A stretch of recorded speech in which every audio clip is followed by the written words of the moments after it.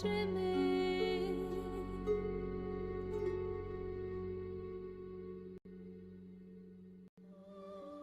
me show you what's to come. Your enemies will fall. The realms will tremble with the change you bring. You'll have everything you could ever desire.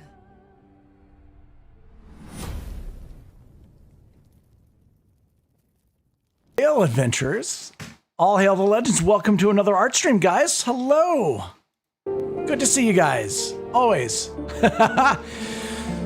So, today we're doing another Origin Hero. That's right. Last week we did Astarion. The week before that, we did the Mind Flayer. Today, we're doing a character named Shadowheart. That's right. How are you guys doing? I hope you guys are well today. If you're brand new to my streams, basically what I do is I draw something from start to finish live for you here on stream. Then, towards the end of the stream, I give it away to a lucky viewer. It could be anybody random in chat, but you have to be here watching in order to participate to get a free entry. However, if time is not right on your side, you can always sub to the channel, get an automatic entry in to win. You don't even have to be here, but you get that chance to win the free artwork. Always worth it. Another way you can get more entries is on Patreon as well. You get some extra perks there, including if you get up to some levels, you can actually download each and every one of these pieces for yourself, for your own library. And yes, and I appreciate the support. Thank you guys so much.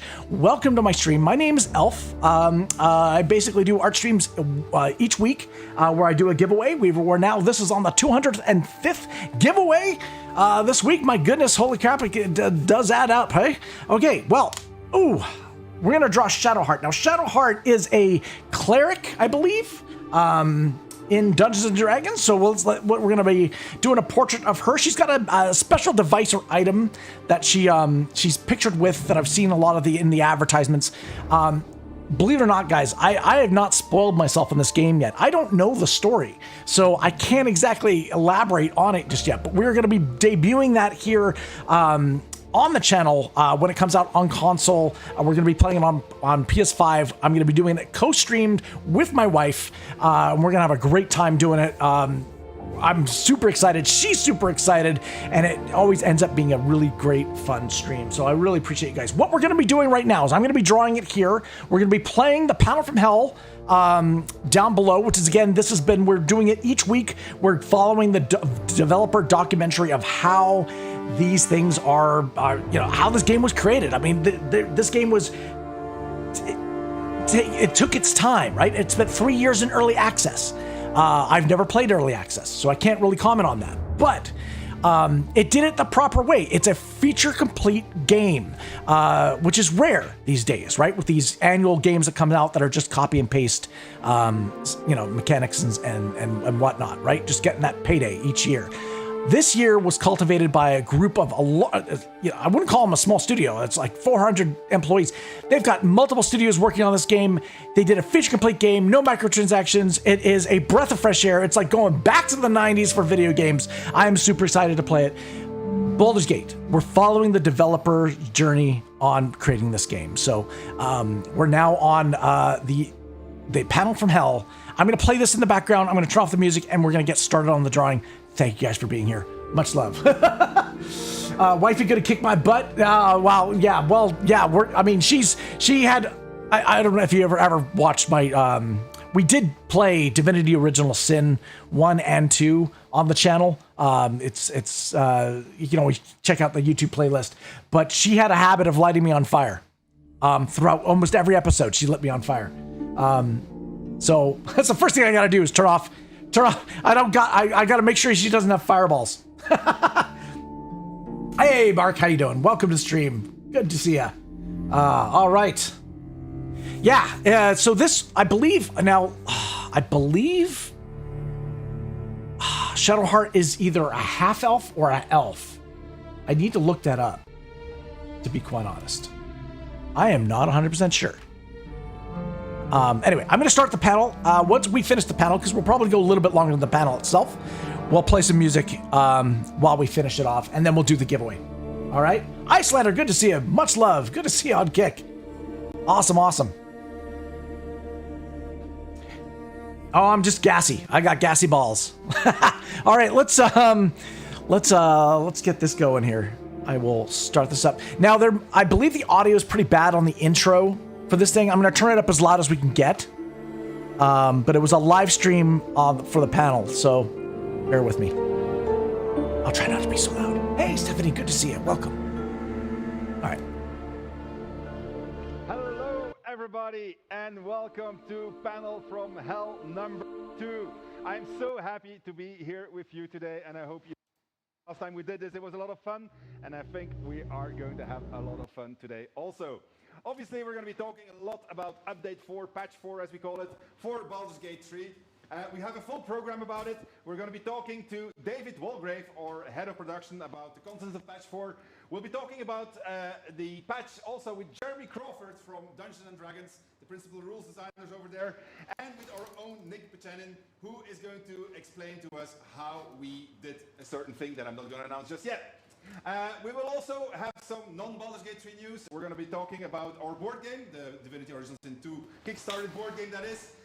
We'll chat about some important Larian Studios news, which is important for us. And we will top it all off with a live gameplay featuring the very big thing that we're announcing today that contains many things, but which I'm not allowed to name, and for which we have no other name than the very big thing that contains many other things. Now, before we get started, it would be good to put our campaign into perspective, to see where we are in our early access campaign, and chat about everything that's happened so far and everything that's going to come. We launched early access a little over 4 months ago, on October 6th.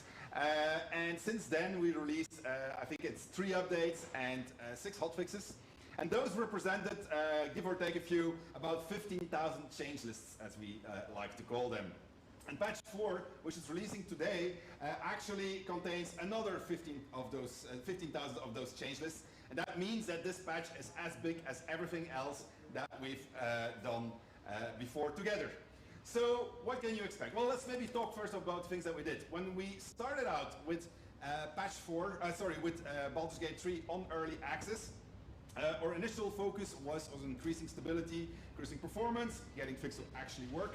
And then gradually we started plugging in things that were reactions to community feedback that we were receiving. For instance, we changed the way that cantrips worked. You guys weren't big fans of all the surfaces that we created with the cantrips, so we removed those. We changed the way that resting was working. We changed approval ratings, so there was quite a lot of upset about how intolerant some of our party members were, so we tweaked that a little bit, make them a bit more tolerant. And like this, we added a whole bunch of things. We focused on quality of life, so for instance we made it so that if you jump over a obstacle, then the rest of the party will also jump over it, so they didn't have to micromanage them. We put in an upcasting UI so that changing the level at which you're going to cast a spell was going to become easy. We introduced rewards for peaceful solutions to certain confrontations that you had in the game. We added also features like inspiration points or cross saves. We put in extra tutorial messages. We improved the combat AI, so we added a whole ton of things. And a lot of these things were literally inspired by the feedback that we got on the forums, on the community channels, but also from the analytics that you've been sending us and that we've been using to tweak pretty much everything in the game. And that is exactly how it should be. This is how early access works. As you play the game, we get the data that we need to improve it. We keep on releasing updates like the one that we're going to release in the very near future. Not today, but in the very near future. At the same time, we also continue working on the actual game, which one day is going to materialize, but we still have a lot of work, obviously.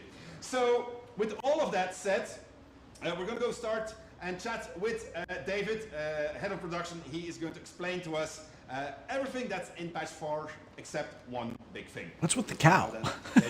So let's move on. Head over to David. I'm going to take my little screen here and try not Hey, Daddy, good to see you. My very flexible, but cheers. Suited armor, and we'll head over. And right to the campsite. Hello, David. Hi. Fancy meeting you here. Hello. It's the vineyard. Is it what? It's Davidian. It's my tiefling name. Sorry, Davidian. I'm sorry, Davidian. I'm not going to call you David anymore. And so, our corona-proof campsite here. Hi. Hi. How are you? How's it going? I'm fine. I'm a happy camper. I love how they always dress up for their panels. I think that's... Thank you. All right, so... They know their audience likes the cosplay. On this panel. And so, you lost a dice roll. Yeah. And so, as a result, you're not allowed to talk about the very big thing that contains many things, but you're allowed to talk about every single thing that is not the very big thing in patch 4. So tell us what's new. Well, so I did lose the dice roll, so I cannot talk about the thing with all the other big things, but I have another big thing, and that's like every other change that we did apart from the big thing. Because apart from the big thing, there's an entire team working on lots and lots of stuff. So let's talk about that too, shall we? I can keep on going. Yes. So okay. So go ahead. Start. The first thing I want to talk about, speaking of dice rolls, is we're introducing loaded dice. What is a loaded dice? What is a loaded dice? So if you're playing tabletop, right? Throwing a natural one once in a while is just funny. I can do this. They gave me a button to do this. See? That is Love the dice rolling. a natural one. Yeah. Awesome. If this happens, your friends are gonna make fun of you. And I'm trying on the side here. I can maybe make it bigger for you guys. Okay. It won't be a 1 again, will it? Well, Let me try. Press the 1. Then stop pressing the 1. Anyway, if this keeps on happening in a video game, you get frustrated because the thing in the user interface has a 5% chance to hit. And if you miss 2 times in a row, 3 times. or 3 times, you stop believing that and you get frustrated. So we now introduced an option. It is an option where you can turn on loaded dice, and that is going to start turning luck your way. Okay, so it's going to start taking your luck. So it's going to give you a little extra. They have karmic dice in it? It's really going badly, and then it's going to Loaded give you like dice? Something like this, right? It's an 11. It's already better. So what it does is it just remembers that you already missed once and an 85% chance to hit, and it's not going to do that. Probably, there's still a bit of there, but it's probably not going to do that the next time. So I apologize for the audio, guys. This is live recorded from their panel. Do you remember the Speak of the Dead spell? Of course you do. yeah, I do. It's our go-to fallback position, actually. So we make it possible in the game to kill pretty much every single protagonist. And so there's a problem with my microphone, apparently. Yeah, they're on it. Right. Okay.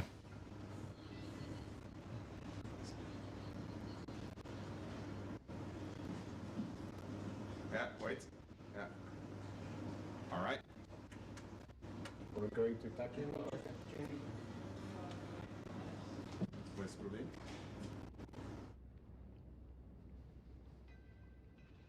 Bending the tear and the weave. We'll be right back. Okay. Think about live streaming, right?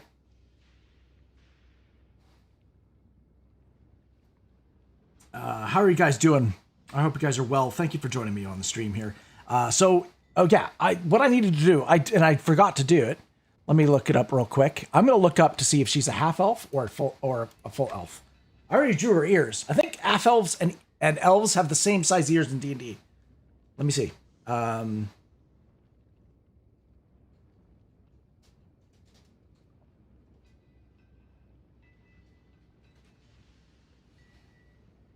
She is a half-elven cleric.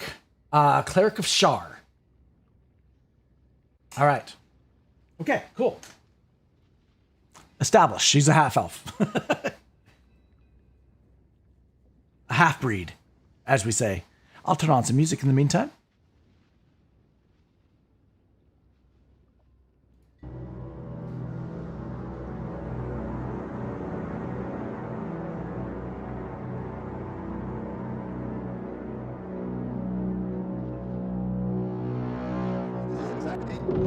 Oh, they're back. Of course, as soon as I turn on the music. So my mic broke, and so we're now using a boom mic, so there's thing floating in the air, and hopefully it's going to pick up all of our voice. So we were talking about Speak with the Dead. Speak with the Dead microphone, for instance, would also be a good thing to do. But Speak with Dead, tell me, what did we do? So we already had the spell, and we already had dialogues on corpses that you could talk to, obviously. Yeah. but we improved it. So first of all, the highlight was improved, so you can very easily spot the corpses that you can talk to. But that's not all. We wrote extra dialogues for Speak with the Dead, corpses that were not there before, but that's not all. We gave them sound effects so that they really sound gruesome, that they really sound like a corpse, and then we added VFX on top of that.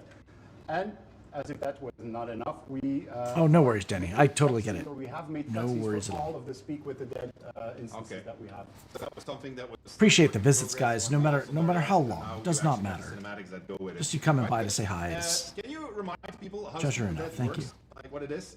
When you cast a spell, and there's a spoiler in there somewhere, it's easy to get even at level 1, but I won't say how. If you do cast a spell, you see all the corpses that have something to say actually light up.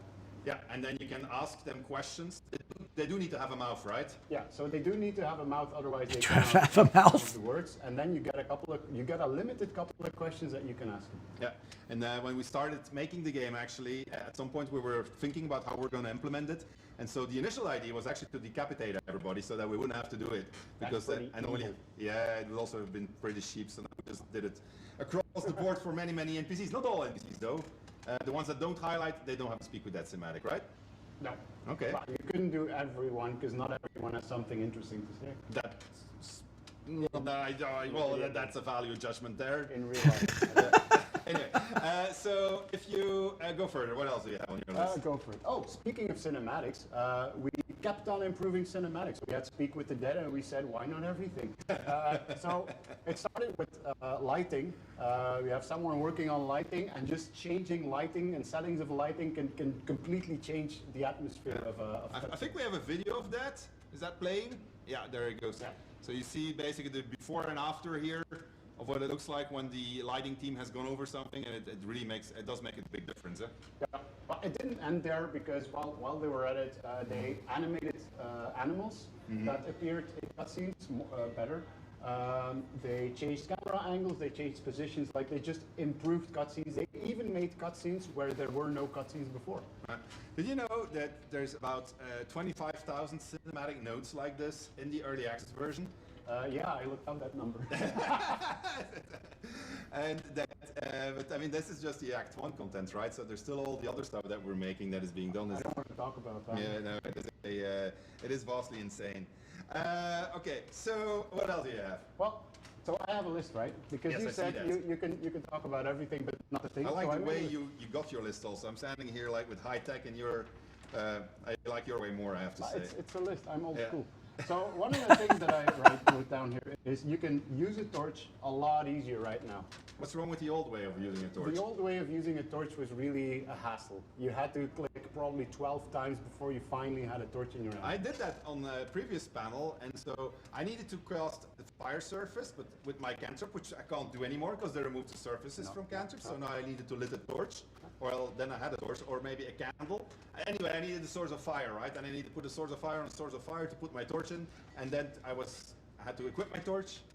Then, right, this is the thing you improved. Yeah, so right now, if you find the torch, you click it to pick it up, it picks up, and it automatically adds a torch icon to your hotbar. If you click on that torch icon on your hotbar, it swaps your weapon immediately, and it lights up immediately. If you click the button again, it unequips the torch and re-equips the weapon that you had. Oh yeah, that's what one would call a quality of life improvement. Yeah, Is there a so flint it's actually?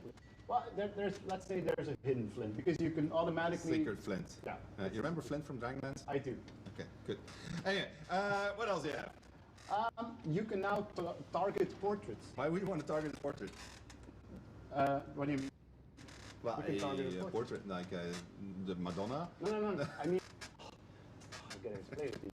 So you can cast spells in this game, right? It's a fantasy. You're gonna cast a spell at the cast portrait. magic spells, and when you click on the button, you used to have to find the character that you wanted to heal or bless or curse or whatever. You can now just click a party portrait in the user interface. All right. That's what I mean by you can target. Okay, portraits. so that sounds like a basic necessity of life. So Yeah, that's good so- that that's so- added. So we added that in All fact. right. Okay. Good. So what else? We improved multiplayer a lot. So I'm sure know a lot of people who are going to be happy about that. we keep on improving multiplayer. So we're working on making the connection more stable, finding a party more easier. You can actually see each other's inventories and stats right now in multiplayer. Ah, yeah, so you can steal each other's shit, right? Or talk to each other, like, what do you need? Yes, I want to of help course. you. Yes, yes, yes. Yeah, because you're playing with your friends. Oh, but that's good, actually. It's nice to be able to strategize and tell the other player, like, do this, do that, do that. Hey, Emma, good to see you. He listens. Obviously, I always do. Speaking of listening, we added the fleeing mechanic. Okay. Like, if it's not going your way, you have a safe distance from the enemy. We added a flee button. You can now flee from combat so that you don't die every time that you know, like, we're not gonna make it. Okay, and so is it like the party that can flee? Or so if I press the flee button, we all flee when we're playing together? Or? No, it's individual. So I flee and I abandon you completely. Well, I mean, you tactically retreat yourself to regroup and think and strategize on how you're going to come and resurrect your buddy, right? Yes, resurrect my buddy. Yeah, okay. Sure, yeah. And so when you flee, I think it's you go to camp then when you flee. Yeah, okay, good. All right, that's cool. I like that. You have more? Yeah. Patch 4 is going to be the last really big patch. Because What do you mean all it's of the our last big patches patch? I just told people there were going to be many more big No, patches. I mean a big download. Every patch that we do, even if it's a tiny hotfix, you have to download dozens and dozens of gigabytes. And we're looking into that system. We looked into that system. We improved it. So from now on, all of the subsequent patches are going to be smaller. Okay, so didn't you announce that once before? Yeah, we're under a water warning here as well We keep on improving the system. because of the You heat. didn't ship the system last time, so now you're good to ship it. You're sure? Yeah. So Now, what happened last time? TechQA said, now it works, guys. Please And ship it. didn't they say it worked last time? No, So why did we announce it? I don't know. Okay, all right. So I guess something happened as we were doing it. Anyway, all right. So you don't need to go to your internet provider anymore, beg them for some extra gigabytes, like after you downloaded a Baldur's Gate 3 patch, except this one last time. Yeah, we One don't last know. time. We don't know yet what the size will be of patch. Yeah, because we're still like doing the final tweaks to it, and it's still in QA right now, right? Yep. But it's nearly ready. It's nearly ready. All right. So what else do you have? I have lots and lots, and I won't list them all. The list is long enough. Lots and lots of user interface improvements. We reskinned all of them, I think. No, so not they all of don't them. just not all of them. No, not all of reskinned. them. They just look better. One really big one that you'll notice is the options UI. It's completely different. David, nobody goes to the options UI. Well, Like, people don't we have another want UI to that you can talk about? change video. The container interface. Ah, yeah, the that's one. inventory Yeah, of I've seen little that. Yeah. containers. Yeah. So what changed? You can sort now on value or name.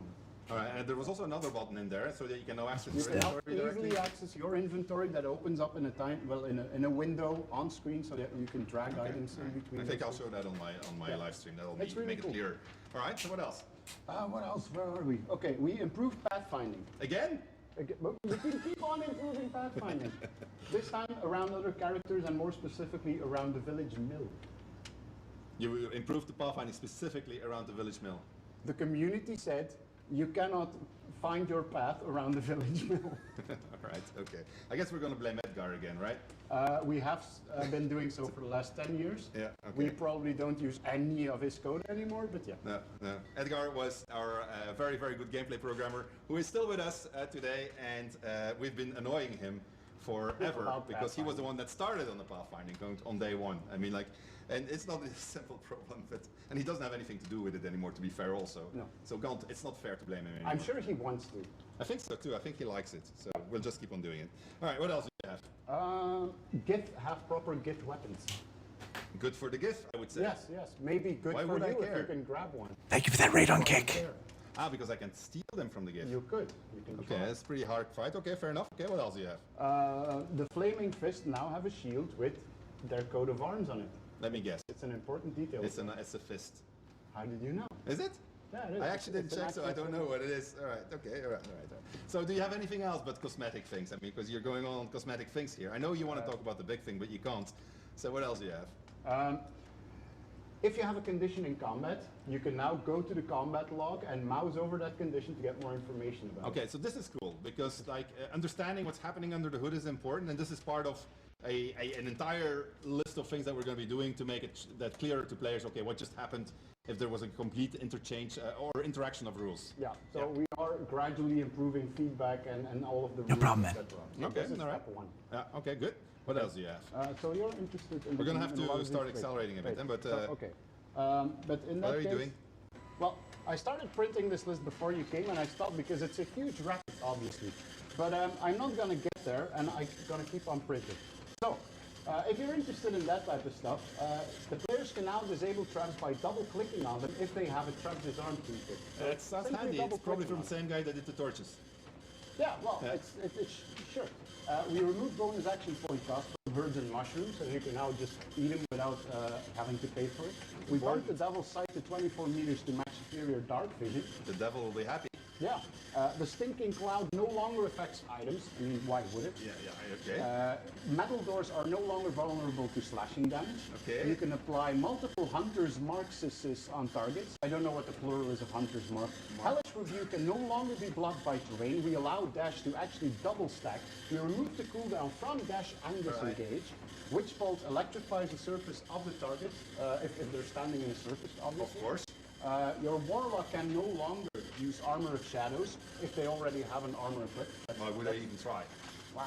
I don't know. Players can no longer Yeah, summon it's a been companion difficult or to stay familiar cool, on top of another character. You good? We don't have AC, Found so the it's Sunwalker's gift. been a you know been a that one? It now challenge. gives you Dark Vision. An Arcane Ward now gets 2 times the wizard level plus the intelligence okay. modifier to your temporary HP. alright. The Hook Horror can now be silenced. Silence is a really good term right now. So I'm just going to get over there. We have more stuff to talk about. So as we just move over, and thank you very much, David, for this very clear update.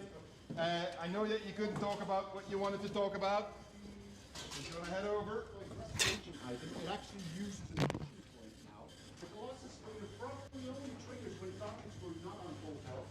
The magic initiative spell now uses black modifier. I love these guys' sense of humor. Shut up. It's always the same story. Okay. All right. Tell me when we have sound, guys.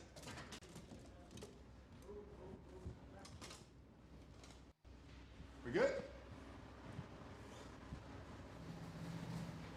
All right.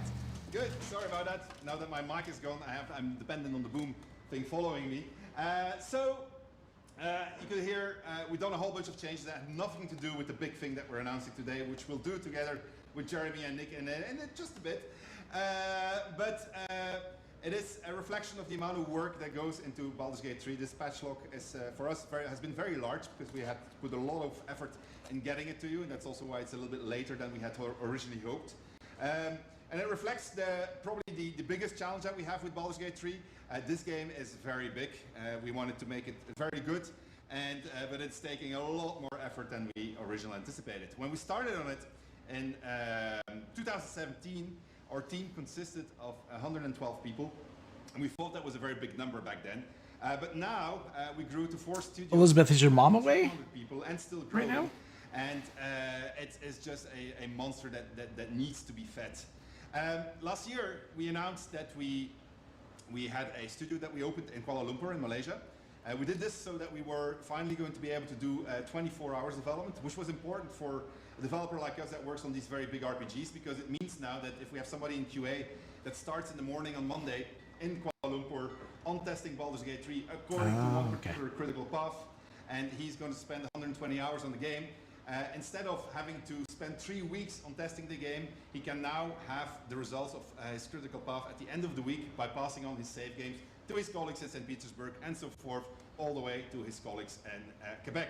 So that's a big thing, and that allowed us to accelerate this incredible, massive game as development.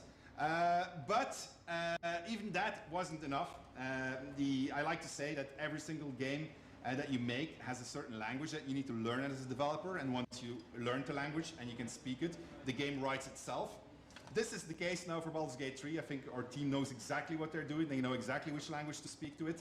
Unfortunately, it happens to be a game that is based on 40 years of D&D, and so the grammar that it uses and the vocabulary that it uses is insanely large, and so we had to adapt to that.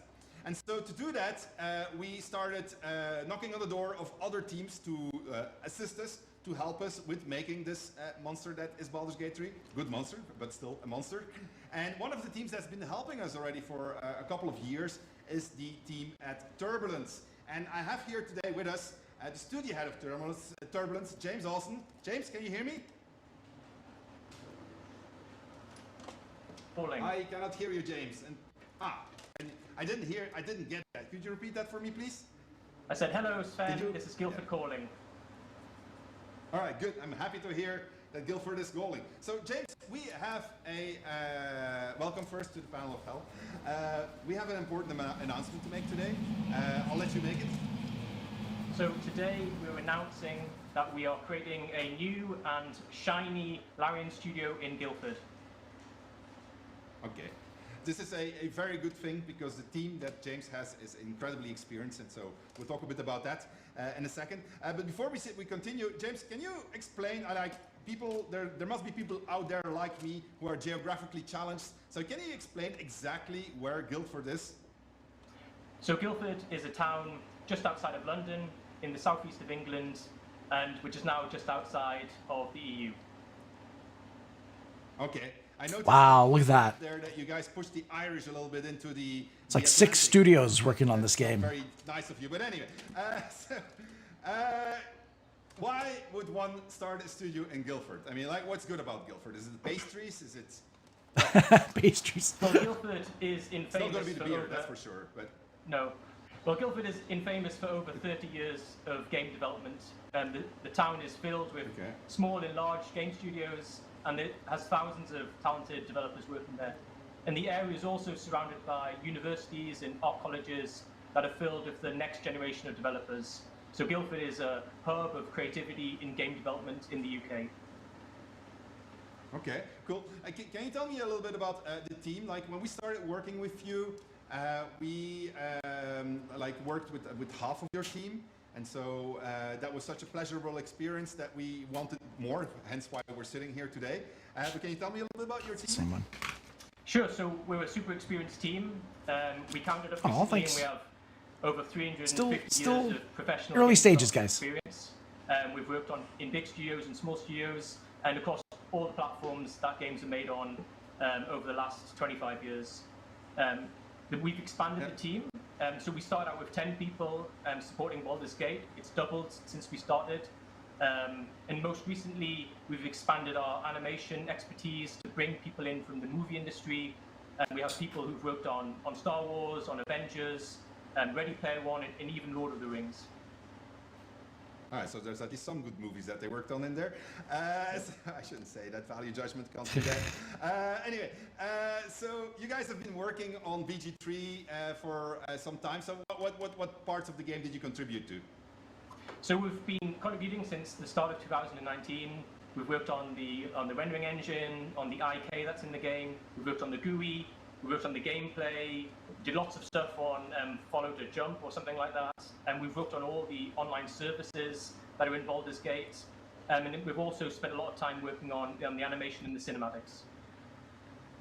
Okay, so now the plan is we're going to grow, we're going to start recruiting there, and you're going to double the team that you have right now? Yep, the plan is to double the team that we have in Guildford and continue expanding and bringing additional talent to the studio to help make Baldur's Gate an amazing success. All right, super. Well, we are super happy that you guys decided to join us. You were a pleasure to work with in the past, so I'm sure you're going to be a pleasure to work with in the future. Your expertise is super valued. We have our HR agency, not agency, or our HR team told us like, well, if you're going to add another studio and we need to recruit there, you're going to have to give us a little help. And so they convinced us to put in a video during our panel. We're going to show it to you now as we prepare for the big reveal of the big thing. Thank you for that. Rate of 13 with Jeremy a baker's dozen. Welcome. So in this video, you're going to see or meet some of the people that are working on Baldur's Gate 3, and they'll tell you why it is a cool thing to work on and why it's cool to work at Larian. And should you be a developer watching, be sure to check out the jobs page at larian.com. We have many openings, and we will soon, I don't know if they're on there already, we will soon be putting up the entire Guildford batch. All right, thank you very much, James. We'll cut to the video now, and we're going to get ready for the big thing that contains many things reveal. Got a lot of love from Kick today, guys. Appreciate it. I'm a character artist I'm a senior cinematic animator. I'm a senior animator. The associate lead for cinematic. Oh, really? animation. Shit. Insurance engineer. I'm the world building director. I'm a VFX artist. I'm a character artist. I'm an animator. I'm a technical artist. I'm the community specialist.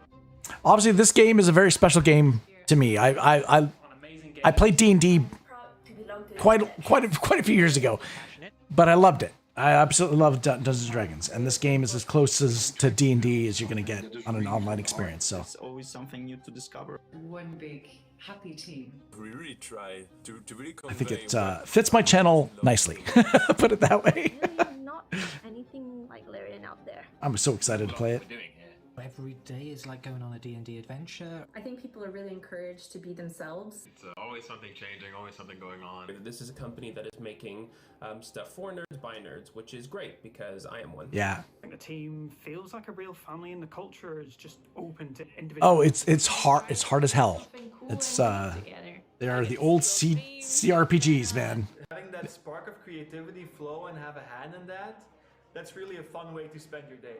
Oh, I bet that was hell. My favorite thing has to be watching all of the origin characters be written. Seeing fans interact with it, you know, make comics about it, make memes about it, just all sorts of that community interaction is just so great to see. If I had to say one best thing about working on Baldur's Gate 3, would probably be working on Baldur's Gate 3. Knowing that somehow the work you're doing is going to make so many people happy is amazing.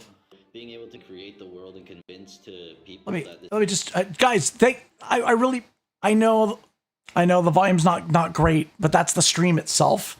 I've got it at max volume for you guys. I can't really get it any higher. I do think that, you know, a way to appreciate the game and the work that went into this game is to actually listen to the developers and how they went on their journey to create this game. And I think it's a nice thing. You know, I'm doing the artwork to kind of pay homage to the characters in it. We're doing all origin characters for Baldur's Gate, and I don't know. It's I'm gonna enjoy it more. I haven't actually seen these panels yet, so you're enjoying it with me. But I am looking forward to this game big time. We're gonna be doing it on the console when it comes out on console, which is gonna be the beginning of September. This is a real, living, breathing world through sound. It's got dungeons, it's got dragons. It's really cool. The fact that it's one of the best RPGs on the planet. The subject matter is so interesting. The creativity that gets poured into it. Well, for me, it's really visually very beautiful. It creates a really rich and varied experience for the user. Working on what's going to be the greatest RPG of all time. I discovered the world of Dungeons and Dragons working on BG3, and I don't know why I didn't knew that before. That's the best thing ever. Make something that people enjoy playing and that makes them feel something. Being able to give them this experience that they can enjoy wherever, whenever, and with whomever they like, that's only something I can be really proud of. Working on Baldur's Gate 3 is huge. I used to play Baldur's Gate 1 and 2 with my brother when I was a little kid, so being part of the development is kind of like a dream come true. And being able to resurrect such a beloved franchise for a new generation feels like an honor. Well, obviously the fact that I get to see you guys being horny on today, every day. Excellence. Team. Absolutely fun. Family. I can respect a big sword. Adaptable. Big love. Team. A dream come true. Pretty awesome. Friends. Home. Expressive. Inspiring. Family. Unconventional. Team. Unique. Awesome. Whimsical. Oh, 5e, yeah. I haven't played 5e there yet, guys. So, yeah. Truly. Chaotic. Good. I grew up on AD&D. That's a nice fancy one for you. Spent ages Googling it. Perfectionist. Fun. Ambitious. True gamers. Inspiring. Joyful, creatively fulfilling, entertaining. Dynamic. Fearless. Family. Irreplaceable. Matters. Positive. Pure culture. Passionate. Passionate. Passionate. Passion. Passionate. Passionate. Passionate. Passionate. Supercalifragilisticexpialidocious. ELFSAR, someone just Whoa! subscribed to your channel. How are you going to react? How? How? I don't think this would be a good idea to do it outside. Hell, it's a Legend of Pablo Escobar, guys. Just press the record button with my Level 8 legend. Oof. I've got gloves on. Look at this little mind flare. RPG Hall of Fame, baby.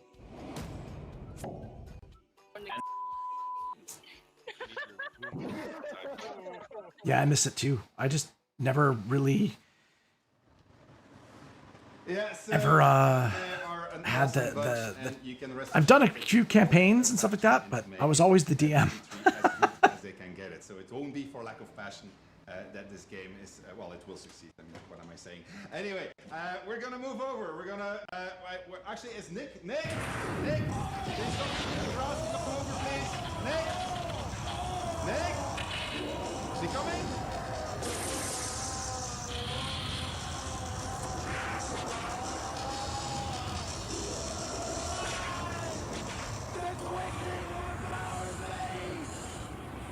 The biggest boss to defeat for D&D campaigns is organizing everyone's time schedule to be able to play.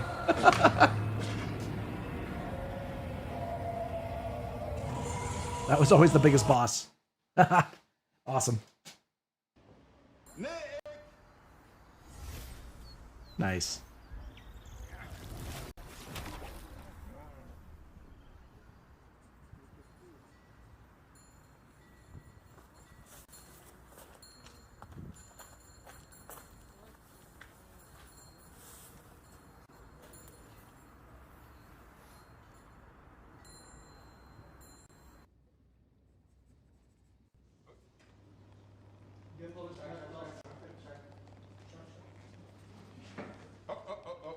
I think we lost Nick in the transformation there. What's happening? We lost him? Look at the set. Holy cow. Oh, there he is. I love these guys. They're awesome. Hi. You got a camera problem. Shit.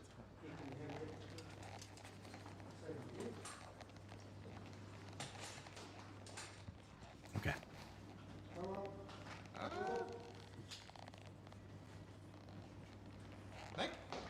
Nick?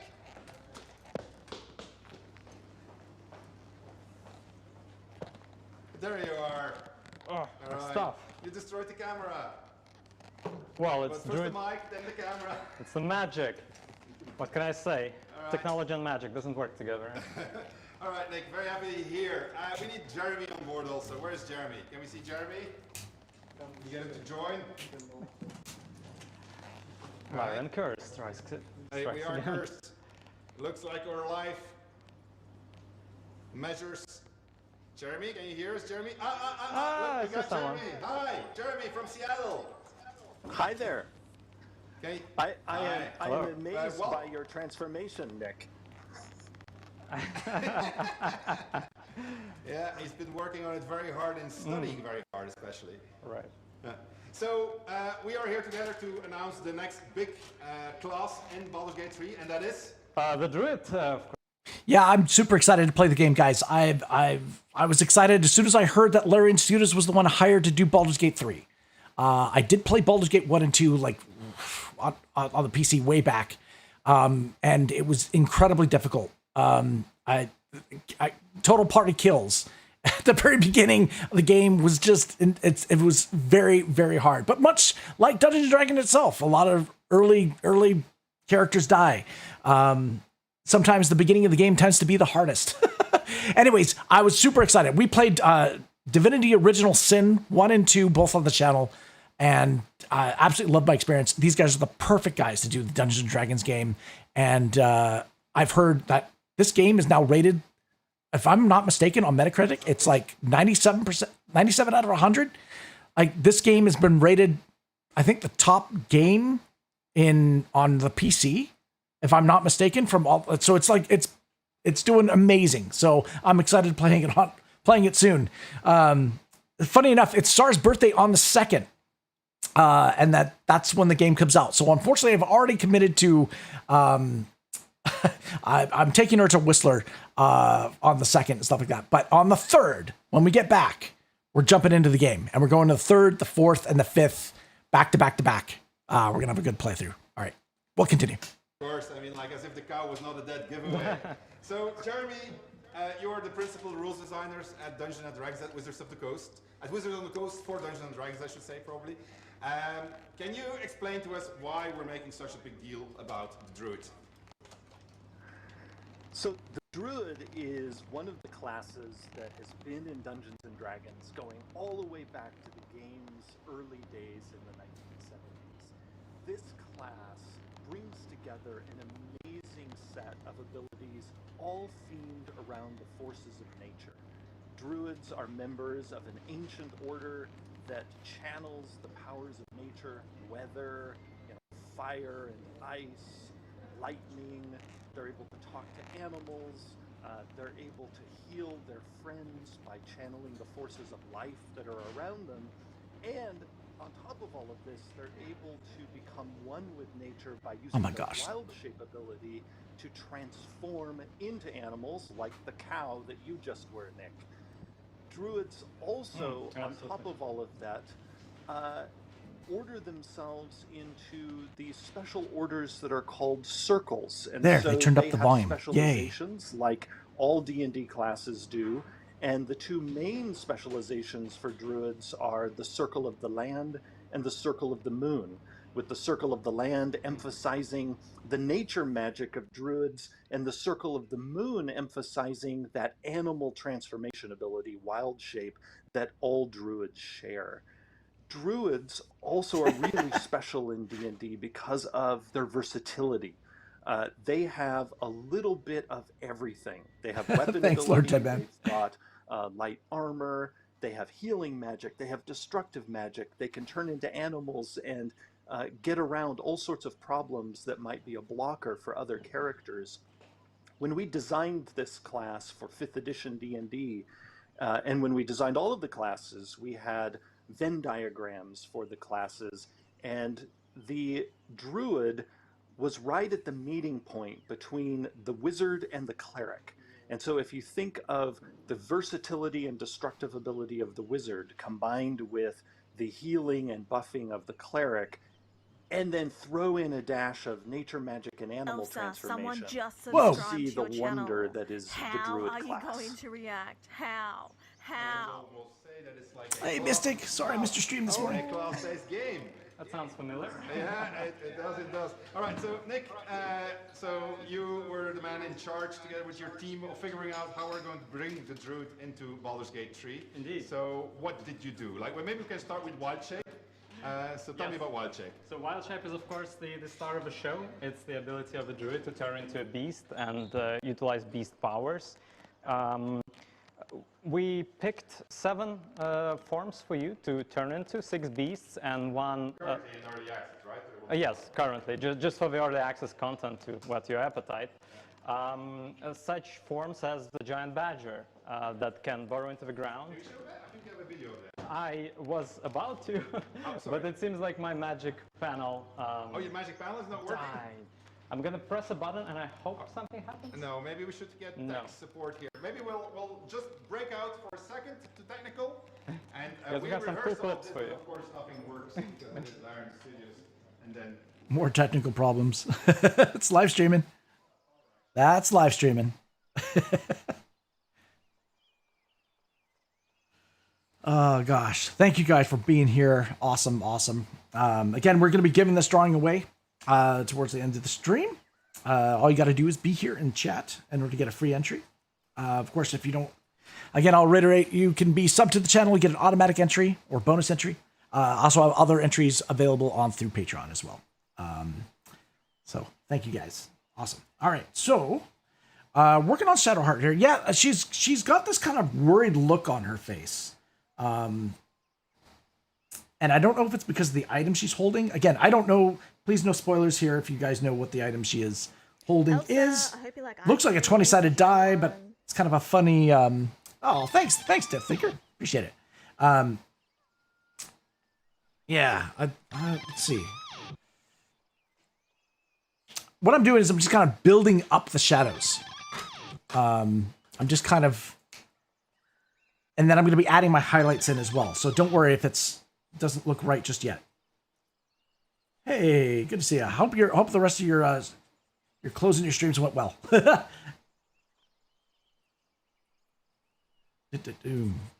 Always good. Yeah, it's been a while since I've seen Death Thinker on streaming. I guess it's been a month. Hope you had a good break, man. Hope you come back. You're recharged. All right. Now, that's the one thing that Shadowheart has is she's got very, very smoky eyes. She's got that kind of smoky eyeshadow look. So we're just, yeah, I mean, we're going to build this up a bit. I'm going to put maybe some colored light in here too. I'm going to maybe throw some pencil crayons on top of this. And we're going to play with a little bit of color. I got to show that this this thing is going to be glowing. So we're gonna maybe start with that light, and then we'll work our way through it, right? Okay. Nose is kind of, she's got this scar, a very big like scar on her face. She's been slashed in the face.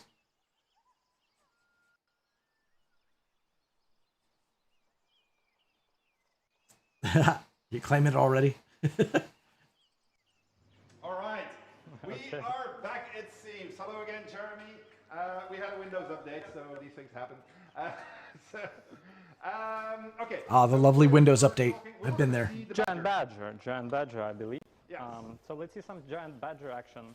This is a multiplayer, it looks like. Oh yeah, oh yeah. Druids? Yeah, okay. It's a really good form to sneak around, wow. To burrow around. Yeah. Your enemies, locked passages, mines. That's a teleport. It is. It is kind of a teleport. And then you knock down You got it enemies. completely wrong. You should have done it behind the guy. You can go through doors also? Yeah. Oh, wow. Yeah. Indeed. Okay, so that's pretty powerful, actually. You can really do some damage with that. Damage with the Badger. So you have any other forms than the Badger? Yeah. For example, you can turn into a spider. Okay. I want some shadow in the eyes itself. Alert, sorry. Oh, arachnophobia alert. Warn people with arachnophobia that there is a spider sorry. coming.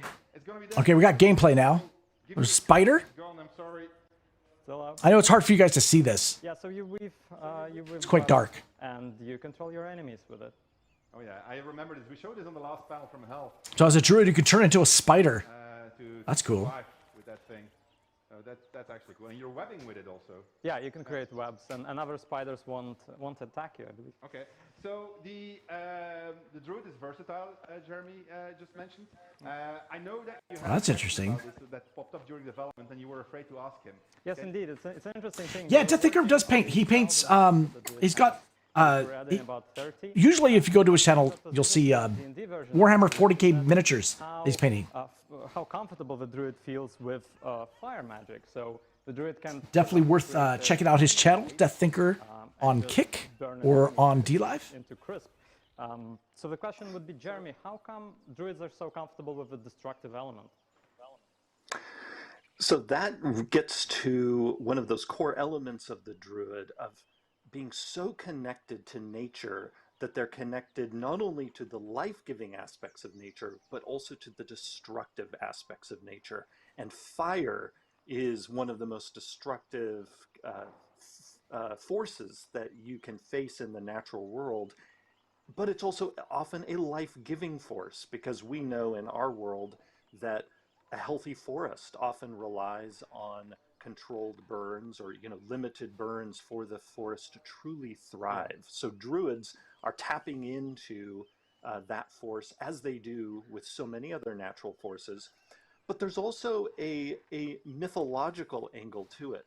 The druid, in its early conception in Dungeons and Dragons, owed a lot of its identity to various things that druids do in Irish folklore. And one of the things that druids do occasionally in Irish folklore is call fire down upon their enemies. And you see this in the tabletop RPG with druids eventually getting the Firestorm spell, which is actually a direct nod to an event in Irish folklore where a group of druids calls down a rain of fire on an opposing army. And D&D often has this sort of thing in it, where you'll see something that's in the game and you might wonder, how the heck did this get here?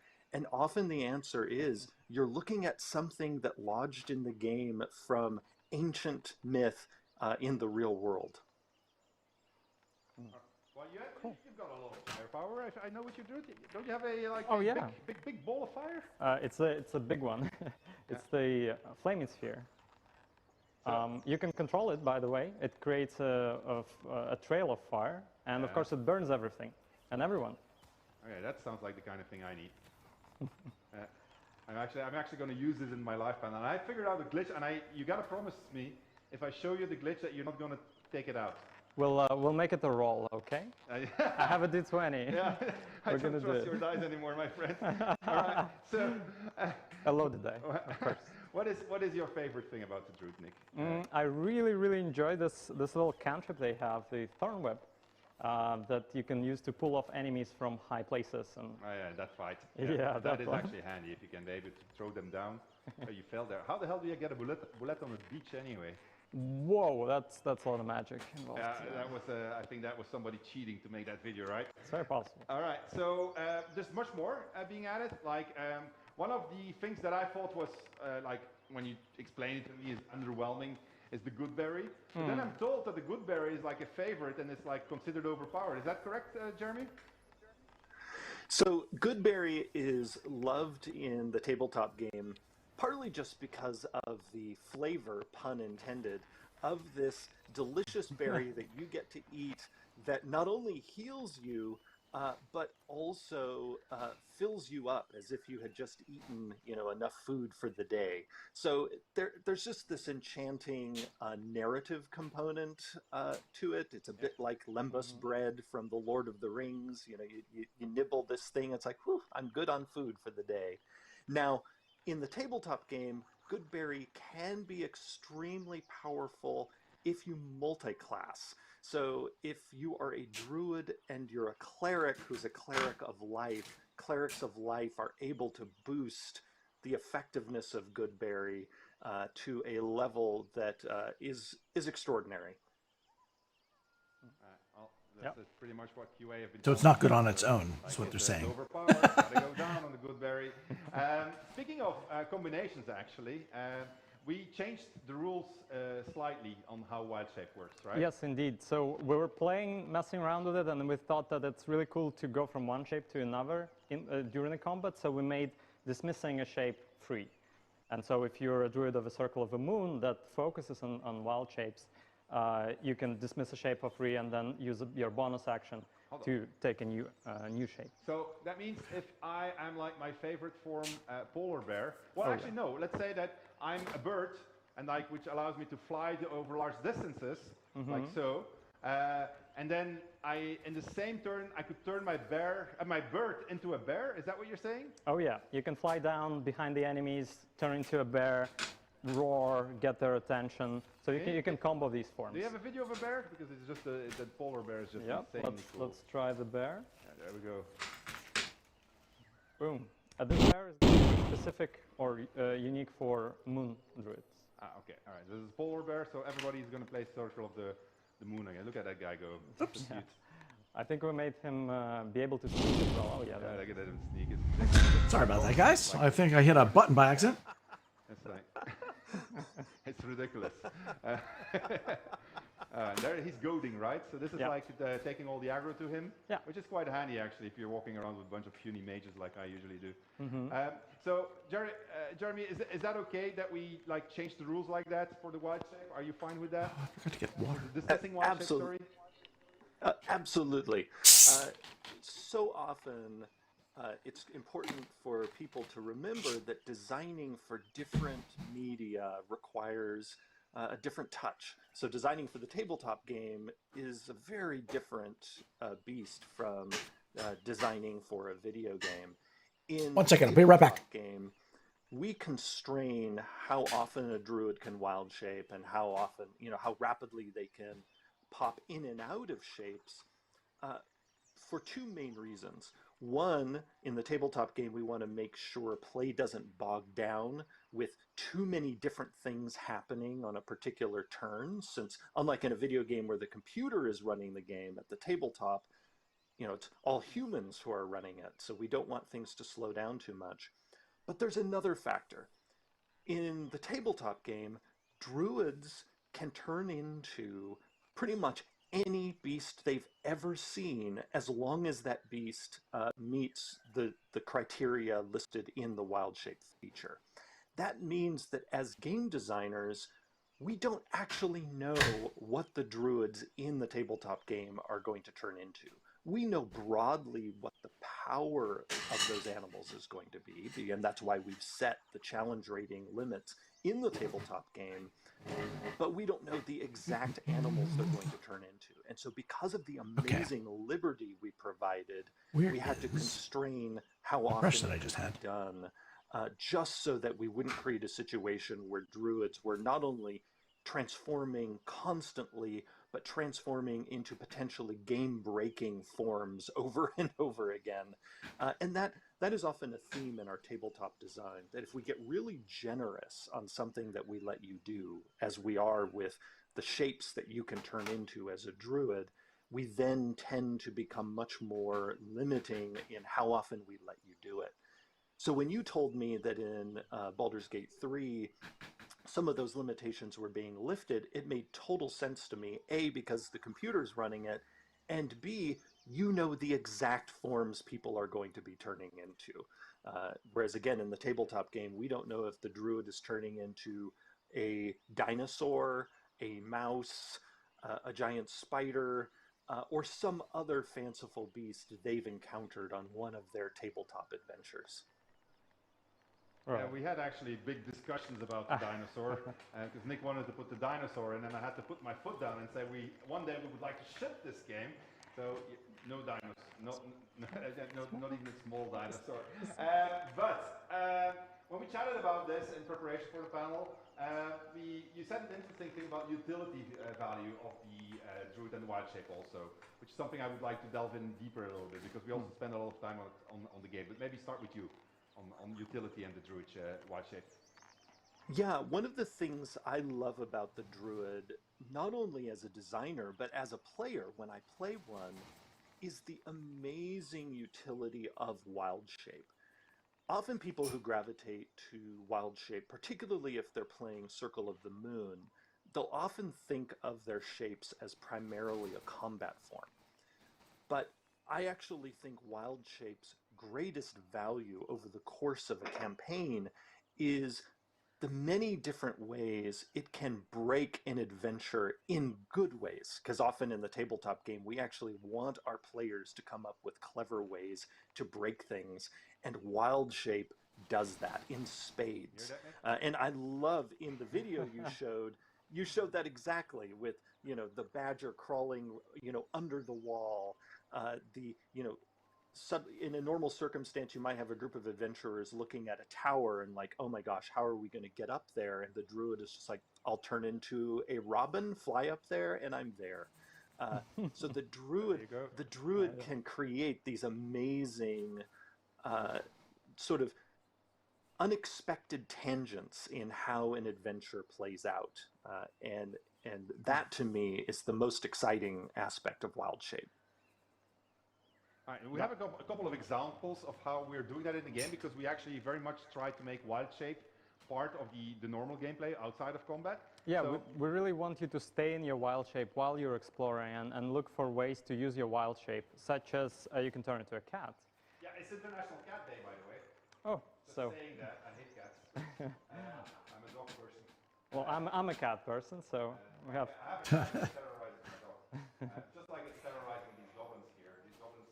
This is a very aggressive cat, but usually a cat would be sneaking around as well. And it can meow to attract the attention of the enemies. Yeah, that is actually pretty cool. I've used that. It's actually pretty cool, just to distract enemies with your cat when it's meowing, as they do in the middle of the night, right? But you can also talk. Yeah. With animals, if Indeed. You're an animal. So as an animal, you can talk to other animals, of course. And they will sometimes have specific responses because they recognize. I think it's going to be the hardest thing to decide is what to actually play in the game. Player is turning into a polar bear. That's going to be the hardest decision. The other bear let him through.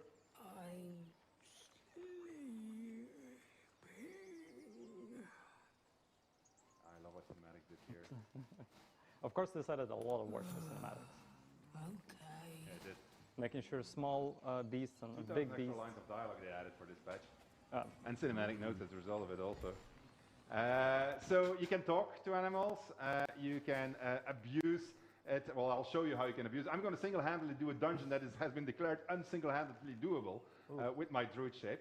Well, I'll try at least. Well, so there's one thing that I've been meaning to ask you. Well, actually, I would like you to show, Nick, because we just saw that cat was climbing down yeah. the ladder. But what if I'm like a huge cow with fire in my eyes? I know it's not called a cow, but I can still think of it as a cow. It is a deep froth. It's a mythical beast. Yeah, we're gonna give a good launch to the game when we play. We're gonna play basically 3 streams back to back. So that was a big and then it will switch to kind of like a weekly format. It cracks me up every single time I see it. It's like it's still a little bit buggy there, so that's one of the things we still need to fix on the ladder. But it's just awesome that you can do it. And indeed, I fully approve of the fact that we don't make you get out of your regular shape and then just jump on top of this. And this, my bear can also climb like this, so they all can climb. All of them, yeah. And they can sit also, right? They can happens when they sit on a chair? You just chill out and maybe you take a screenshot. You can sit on chairs, you can lie on beds and all kinds of rock slabs that work as beds in Druid Grove. All right, so this sounds pretty cool.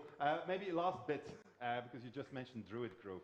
Baldur's Gate 3, opening act, you got a Druid Grove. Yeah. And we stand in a Druid Grove here, all right? Mm-hmm. So what does that mean for the game, the fact that we added the Druid class? Well, yeah, indeed, there is big druid presence in Act 1, and of course they will recognize you as a druid, and you will have specific responses because you're a druid and you understand better what is going on, what kind of conflict that there might be going on. Welcome. Okay, and so you're going to get extra reactivity? Yes, you'll get extra dialogue choices, and you will also get an extra storyline that ends up with you becoming the warden, the faith warden of the grove. Faith warden. Yes. All right, and do you get it like a fancy staff? Better than mine, actually, yeah. And what's it called? It's called Pale Oak. Pale Oak. Yes. All right. Like, you know, I was talking to a member of our team yesterday, and I hadn't realized it was Pale Oak. I thought it was a Paleoc, and so I said, what the is it Paleoc? I mean, it's very European. Paleoc. All right. Okay, cool. All right, great. Well, thank you, Jeremy, for joining us in Seattle. I hope you enjoyed our little interpretation of the Druid in Baldur's Gate 3. Thank you, Nick. Well, you're going to be sticking around with me for the gameplay demonstration, right? Yeah, so I'll see that you don't break the game too hard. No, I don't. Well, I can curse at you as we do that. So before we are going to jump to our live gameplay, we are going to have to set up a couple of machines over here. And as we're doing that, we're going to show you a little video we made, because we don't only make Baldur's Gate 3, we obviously also make Divinity Original Sin 2. You doing art too? We started making board games and graphic novels. So we have a graphic novel, which is Divinity Original Sin 2, God Woken, and it's amazing. It's got pictures, because it's a graphic novel. That's what graphic novels do. They have pictures. I don't know if you can see beautiful. pictures on the screen. So you can get those at the shop at larian.com on the merch store. If you read it, you will get the origins of the origin stories in Original Sin 2, so it gives you extra insight into where they come from. And the board game, which is still in production, it was kickstarted a bit over a year ago, is making good progress. Right. It is now on iteration 3. And what else do I need to do here? To basically give you a status update on where we stand with Divinity Original Sin 2 Kickstarter. And that is presented by none other than our own Irish druid who can put a rain of fire over your head, Kieran Kelly. Just laying some under stuff, and then we're going to go over it with some pencil.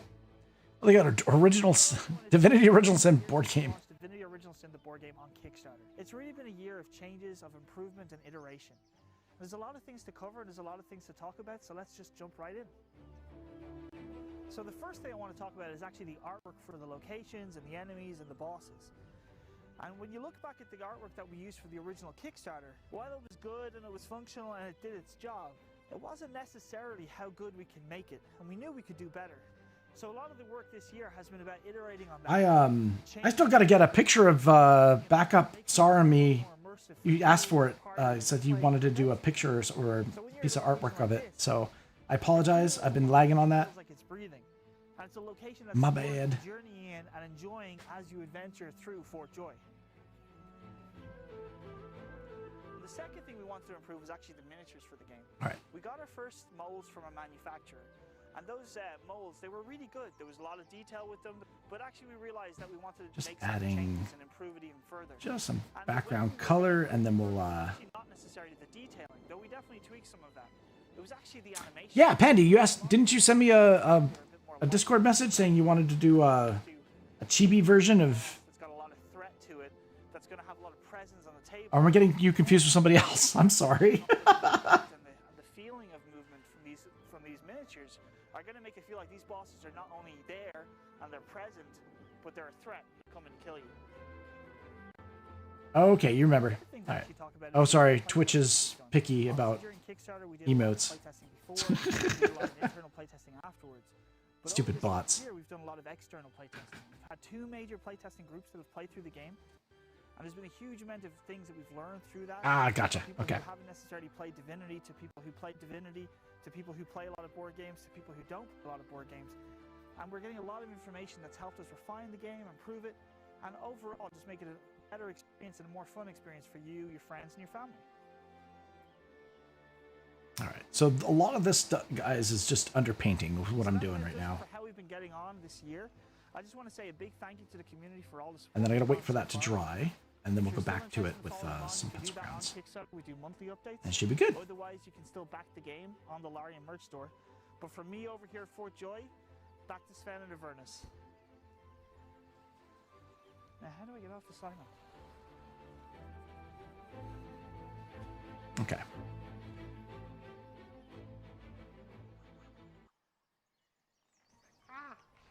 All right, so that was Kieran talking about Original Sin 2, the board game. And we're ready to start with our live gameplay presentation. It is a live gameplay. Tell me, monsters. Things Yeah, will for go sure. wrong. I just don't know which things are going to go wrong. There's one particularly annoying bug in the game that is the reason why the patch has not been released yet. That is still being looked for in RQA. Well, there's actually a few of them actually, but this one is a particularly nasty one. So I might encounter it. If I encounter it, we will just pretend that we have technical glitches. But there's good chances that we are not going to have it. And I didn't encounter it that many times, but it is there. So anyway, let me present you my party. So this is Lar. It is a Lightfoot halfling, and she is a druid.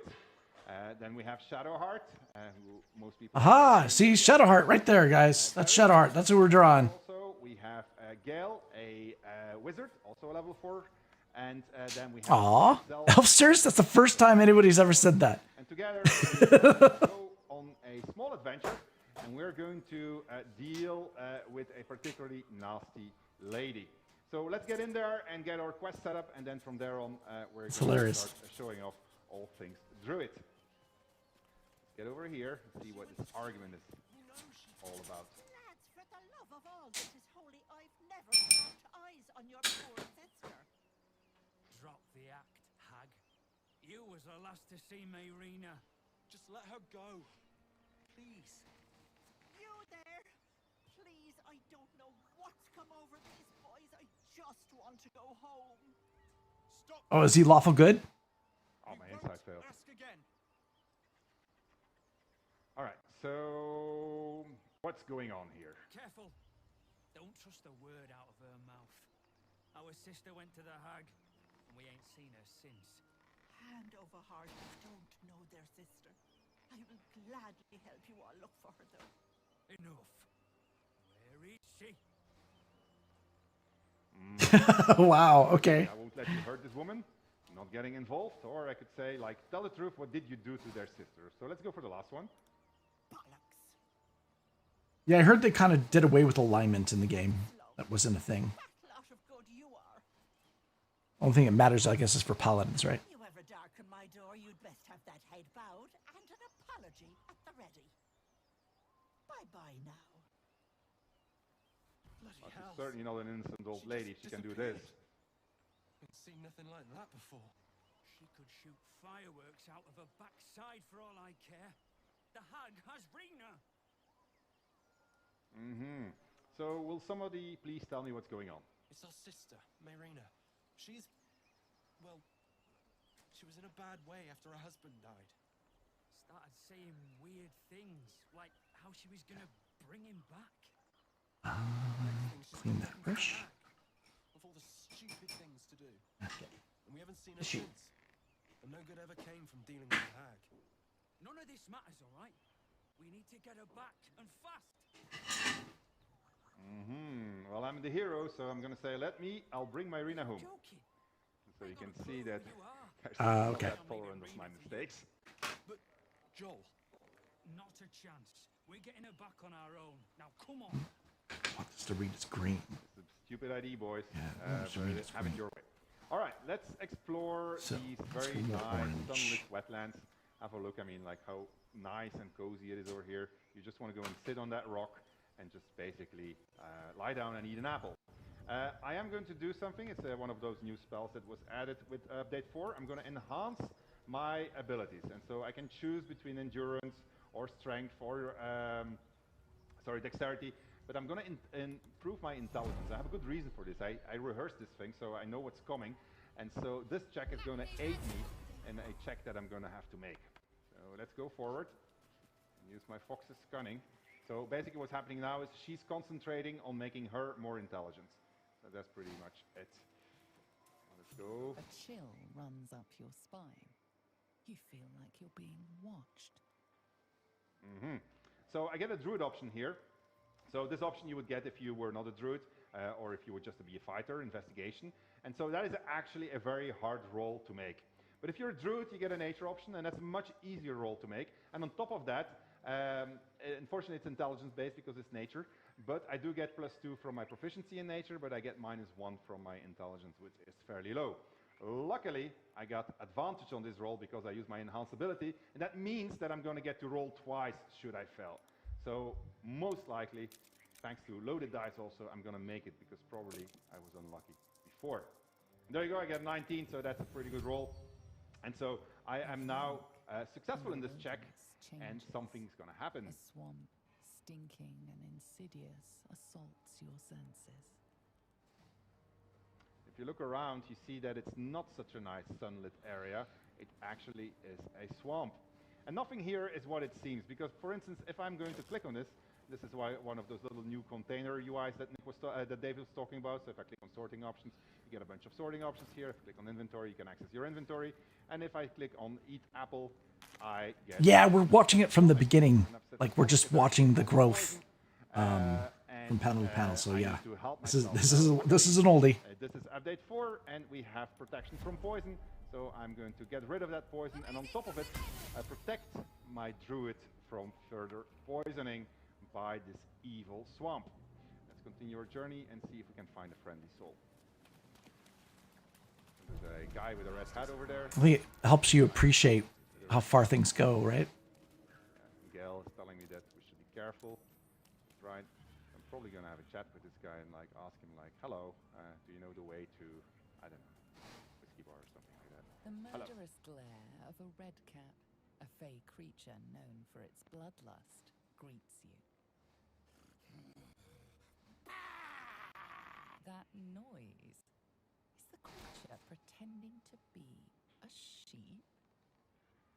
So this guy, if I would have failed my roll and not have detected that this entire area is a swamp, I would have seen us as a sheep, and he would be pretending that he's a sheep, albeit a weird sheep. However, I have seen through the illusion of the swamp, so now I can see he's actually a murderous redcap, and that he's pretending to be a sheep. Now I can tell him, like, I know what you're doing, I can take the initiative and surprise him by attacking him, or I can just say, ba-ah-ah-ah. And since these are dark times and it is good to be optimistic in life, we're going to say ba-ah-ah-ah. And I would like the entire stream to also say ba-ah-ah-ah at the same time because it just makes you smile. See, we're going to do that again. I'm pretty sure not everybody was into it. So here goes his ba. Again, this creature doesn't realize you can see its true form. And we're going to go all together now on a ba. I can't see the chat, but I hope you're ba-ing like hell right now. Ba. There we go. And we get a good ba back. Doesn't that feel good? All right, so these guys don't know that we can see them. So we're going to just keep it that way. And we're going to just get closer to the little old lady's shack. I don't want that. Oh. higher. Looks like the brothers didn't make it. So let's go have a look at that. Now remember what David was saying about Speak with Dead? Gale happens to have an amulet, and this amulet gives him access to the Speak with Dead, which is a level 3 necromancy spell, and a level 3 is outside of range for my level 4 wizard. This is a Well, yeah, by doing early access too, you help them, give them data to make it a better game, right? You're basically helping with beta testing, so it's good. So we're trying to explain it to you, but I'm going to cast my level 3 spell with my... I just know many people are buying this on multiple platforms, even though they're not going to play it on multiple platforms, just because they want to support the game so much. As promised. It's just amazing. An updated cinematic.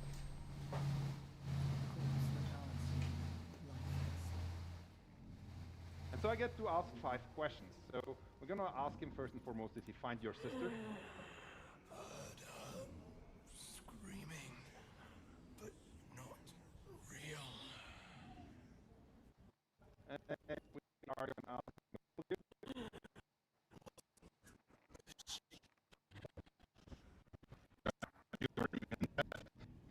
Oh, wow. It's glitching out big time, guys. Holy cow.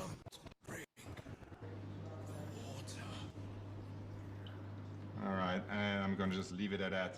Now, David mentioned that we made it more for user-friendly to be able to continue playing with Speak with Death. You actually get to recast it on any dead body until I take a, I think it's a long rest. So I can now basically talk to his brother. And indeed, we get another cinematic. So we see that that cinematic system is now covered. Kill the hag. And this is the method that we use for when you kill everybody like an idiot and then you don't know what to do anymore. Not that you are idiots, of course, it's up to you how you play the game and so forth. But if you kill everybody and oh, wow. you pay attention to the story and you don't know what to do anymore, you can just go talk to their bodies and then they'll tell you what you have to do. So this guy is saying like... Yeah, I haven't played New World. And that could give you a quest update if you didn't get the quest, etc., etc. So I'm going to ask him, what drove your sister to leave? She's scared she won't be a good mom, but she will. I know it. Okay, and how did you plan on killing this hag? With pitchforks. Stupid. Well, we can agree on that. Okay. Let's ask, well, I mean, I think, well, how did you die, actually? So innocent.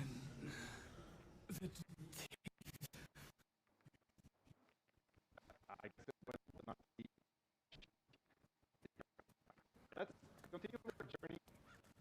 We'll meet the old lady herself.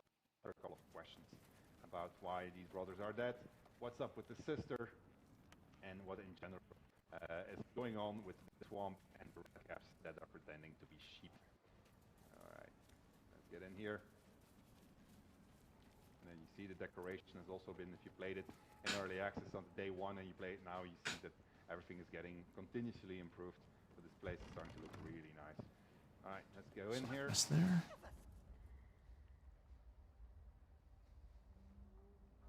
I don't want a crumb left on that plate, girl. Auntie Ethel, please. One more bite and this pie is gonna come back up to say hello. Don't make me get the wooden spoon. You're eating for 2, so get to it. If it isn't the cheekiest pup of them all, you'd best have one hells of an apology for me, young man. I get a wizard option because I had Gale selected, so I'm going to tell her, tell me, Hag, is this intimidation part of the bargaining process, or does that come after? Oh, the wizard thinks he's smart because he can read. How Many precious. people do. You know, I was going to give you a swift kick up the arse and show you the door, but I think you and I could have a bit of fun together. Gods grant me patience. Eat up, Mayrina. I won't say it again. Oh, if that is Mayrina, I have some bad news for her. Keep that hole under your nose shut, or things will get messy. You know what that sounds like to me? Leverage. What is it? What's going on? So now I get the option to say, like, nothing, I mistook you for someone else, or Auntie Ethel killed your brothers. I'm gonna tell her that Auntie Ethel killed her brothers. That can't be true. Auntie Ethel. They were being rude, and I detest rudeness. You monster! The deal is off. Enough, away with Quite a case of overacting there. And with a silence at wave last. of the hand. Some time in the cage should do her good. And you'll regret sticking your nose. Oh, that's the hot weather, man. Doing good for you, man.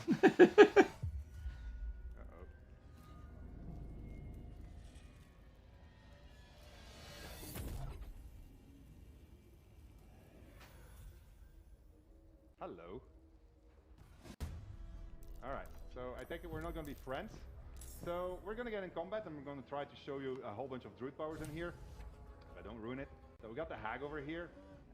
But we're also going to have to deal with the red caps who are going to be joining. You were in a coma, Lord Deadman? So, oh my god. I'm going to use my druid's ability, Moonbeam, first of all. And I'm going to cast it at these two gentle fellows. So basically, I now have a Moonbeam, and every turn I'm going to move that beam. So the beam is going to get. I'm going to pursue my watching now, and I'm going to pick my bear, my polar bear, because I'm Circle of the Moon Druid. Alright. Okay, perfectness. And then I am going to. I don't have a bonus action. Wait, hold on. I'm just going to switch to Shadowheart now because she is first in the turn order together with the polar bear. Then it's a whole bunch of the bad guys, and then it's going to be my fighter and my wizard. Shadowheart. I'm glad you hopefully made a full recovery. Sorry to hear that you fell into a coma. It's pretty traumatic. Concentrate on it, but it gives a 1d4 bonus to the attack rolls and the saving throws. So it's basically going to give me a higher chance to hit and a higher chance to resist whatever bad things they're going to throw at me. So I'm going to move Shadowheart over here. I don't want to throw her in combat. She's my cleric. However, you, I want to throw in combat. But you are blocked. You're blocked. The bear is bigger and he's blocked by my fighter. So that's a bit unfortunate. Okay, well, we'll just have to live with that.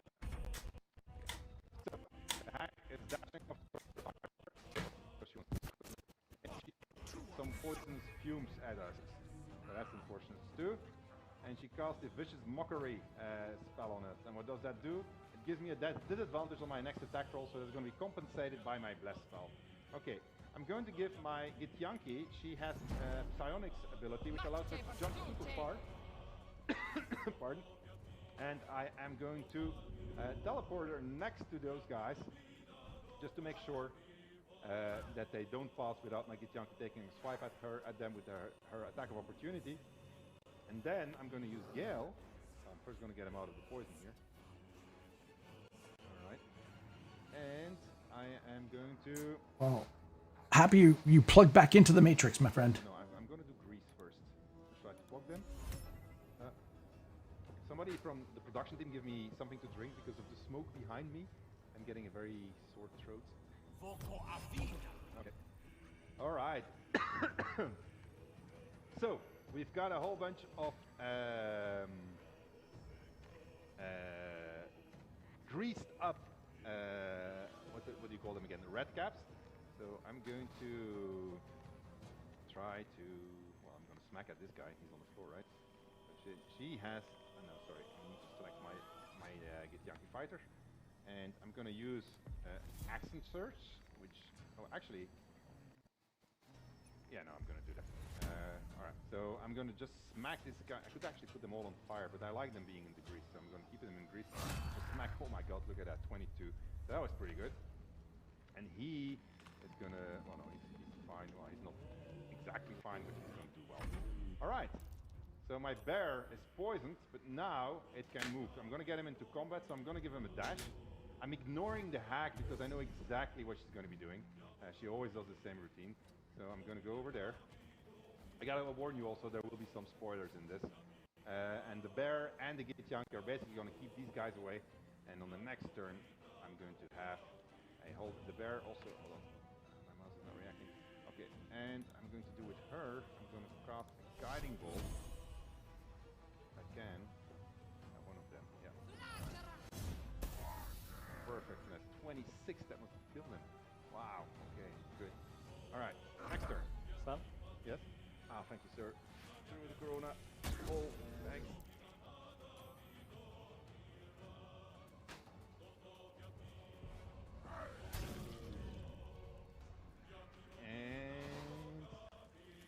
are doing nasty things to my bear. They're going to try to kill my bear. Hi, you need to go away. Please. Okay, there she goes. So she makes an illusionary thing there, and then she dashes off, and then she's going to leave it alone with these guys. We got to save my bear. All right, there she goes. So we got another red cap that's up. Oh my god, not the bear. Ouch! So the bear is out of HP, but now you see how powerful the druid is actually, because she just changed back into her druid shape. Ow, ow, ow. And she's still alive, which is actually a good thing. Okay, we need to fix this here. Now, this guy has only 13 left. This one has 12. So if I do a really good sleep spell, like sleep level 2, I can put 2 of them to sleep. Bang, there you go. And I only need to deal with this guy. And as it happens, I got my Githyanki warrior here. She could boost herself. So she's got a really cool weapon, actually. She's got this Tyr's weapon, Sword of Justice. It gives her Tyr's protection, so she can boost her AC with 2, which makes her very hard to hit. But it could also spell her doom if she fails. So I gotta be careful, and I already used my action surge. What would you do, actually? Would you hit her, or boost your... or drink the potion, or boost your AC? That's a big question. Keep hitting. Yeah, I know, but I have a bonus action. Will I drink, or will I use Tyr's Drink. protection? Chug. Okay, I'll drink for plus 15, and then I'm gonna just smack. Oh, that was not the bestest smacks in the world, but maybe my wizard can still do it. No, he already moved, right? Okay, well, we'll just have to survive. Oh, well, that's great, it's her turn. Oh, this is gonna be easy. Maybe we should remove some of the poison on them. Maybe we should, I didn't put any healing spells on my bars. Smart, really smart, because these guys are gonna wake up again eventually also, right? You have a scroll, I think.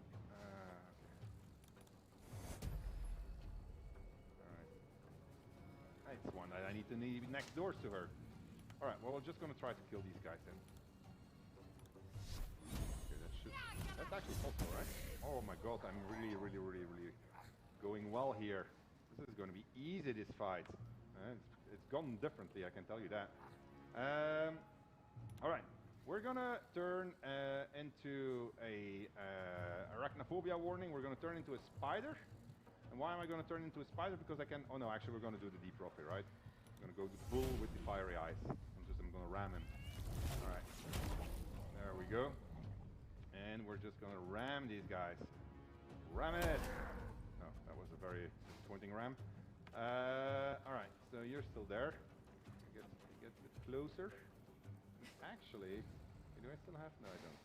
Okay, you nerfed that. Okay, no worries. Up to them. This guy, what is he doing? He's casting Bloodlust on this guy. What does Bloodlust do? Probably nothing good.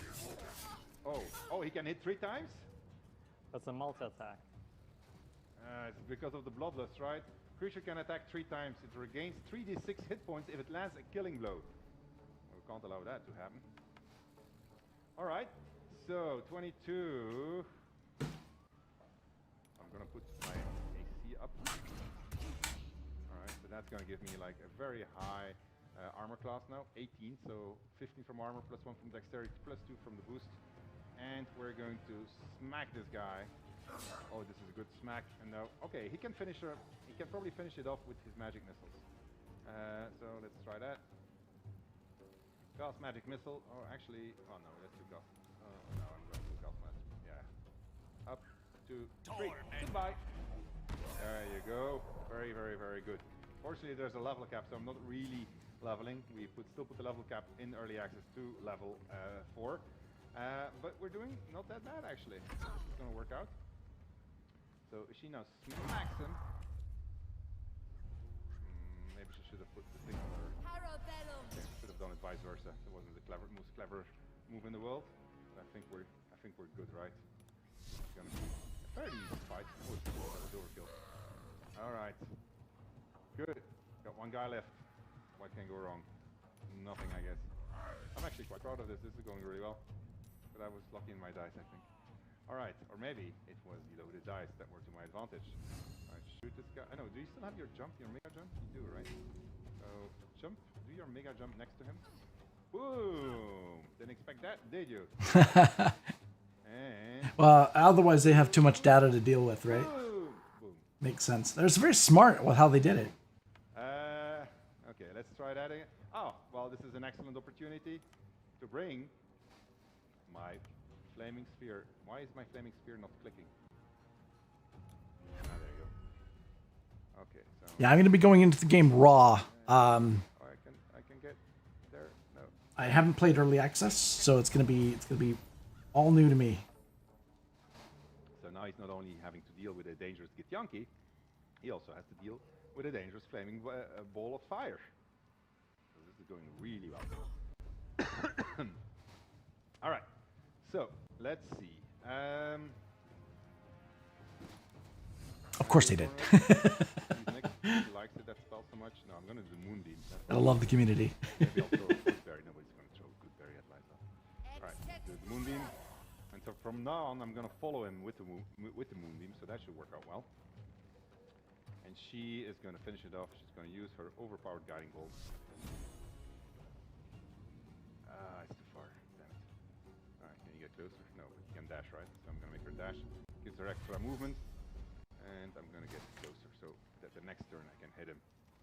Alright, I think this fight is at an end. Oh, that is because of my armor that's so good. 90%. Loaded dice, baby. That's not a miss. And 90%. Unfortunately, but the ball can hit him. Alright, ball. You actually have a ram attack. So ram him at 50%. Good. Well, not terribly exciting, the 50%, but okay. This is a dumb fight. You're out of. Okay. Let's do that. I got all the smoke in my face. It's not working well. All right, let's do the witch bolt, and that should do her in. All right. Oh shit, my druid is down. All right. Well, let's. We're going to resurrect. Well, she's not dead. I need to help her. Oh my god, we're really not good. Yeah. Oh, now she's dead. All right, we're gonna need a resurrection scroll, and then we're gonna need to go and rest in camp because things could have been going better. Oh, like certain armor had nudity or something like that? Because can't you just take their clothes off? Oh my god. I think they're fully rendered nude That could have gone in the better. game. Okay, so Being praised for it. Guys, could we switch off the smoke behind me because I can hardly breathe. Okay, so let's do the scroll of Revivify. And I missed. Let's do it vice versa. Let's put this up here. Oh, got it. One. And then we're gonna bring back with that click on party portrait trick that David. Oh, it doesn't work for resurrect. Please tell me it works for resurrect. It doesn't work for resurrect yet. Oh no, that's a bug. Okay, well then we'll just do it here. Things happen. All right, good. So we still have Gale that's dead, so we're gonna have to sacrifice yet another one of these scrolls of resurrection. They're expensive, so I'm gonna have to buy new ones. And we gotta find Gale back, who is down here, and we are going to. He's stable, I think. I think you should be able to just help. He just needs help. Yeah, that's right. He has the icon of stabilization, but I can't select him. It looks like. Uh-oh. I'm gonna get in trouble here. Gale, I just click on your icon there. Oh, so that does work. Clicking on the party. I have a problem with my mouse here, so I might be actually misclicking. So apologies for it. It has to do with the armor. All right, we gotta go to camp, end my day, and just have a little rest here. So we're gonna get a small moment with Shadowheart, I guess. There's Shadowheart. Has to open, surely. Has to do something. Shadowheart's attention is consumed by a strange box that she turns over in her hands. The box is inscribed with glyphs, similar to those used by the Githyanki. All right, my Arcana check was successful. So a Githyanki artifact. How did you come by that? In an instant, Shadowheart hides the box from view. Keep out of it.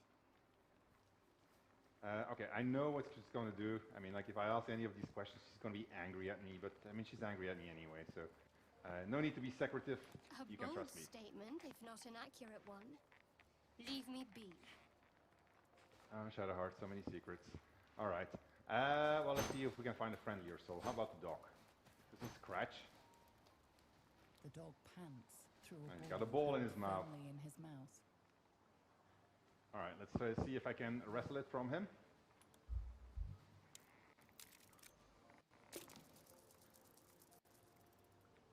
Just not. I do have inspiration points, so I could try again, but I'm not going to do that. Instead, I'm going to do a little trick that I discovered.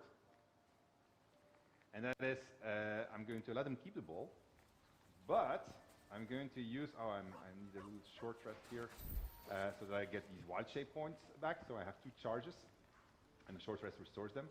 I'm going to turn myself into a wolf. Then I'm going to alpha the dog. Because it's cat day, it's not dog day. The dog holds a well-chewed ball in his mouth. All right, and now I'm alphaing him, and I'm basically telling him, hand over the ball. And so, as these things go, he's not even going to argue. All right. It's only fair that you enjoy it too. But if you feel like throwing it, I wouldn't mind that at all. I didn't introduce myself before. You can call me Scratch. Ah, man, you're a nice dog. Okay, I'm sorry. I'm sorry about what happened to your owner. So I found this dog near his master who was killed. And so I adopted him. And now I'm alphaing him, and now I feel bad about it. But, all right, so... I stayed with him until I knew he was gone. No one can replace him. But I'm glad to have somewhere to lay my head. All right. Okay, dog. All right. I guess, oh no, we need to get, and we need to find some new resurrection things, because in case it goes wrong. So let's go there. Where is he? Hello! Oh, can't speak like that, so let me dismiss my wild shape. Dismiss wild shape button, and let's talk. So the way it works, if you talk to your companions, you can actually talk when you're an animal, because they know about you. If you talk with strangers, you do need to turn yourself into your regular form. Thy name has been recorded. So this guy, I picked him up in some chapel in the beginning of the game. For whenever thou hast need so he's been following me around services. for whatever reason, which is only going to be explained later in the game. But the cool part about him is that he actually... Be assured, it is not by choice. He sells resurrection scrolls. Alright, so... A mending of the threads between life and death.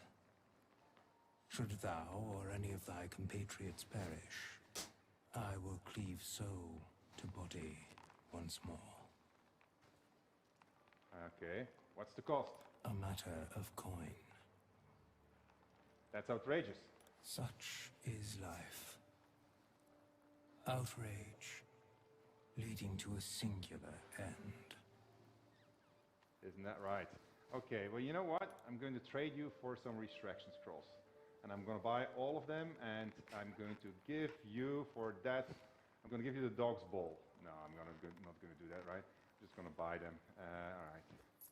Okay. All right. Oh, no! I did it wrong! No! No! No! All right.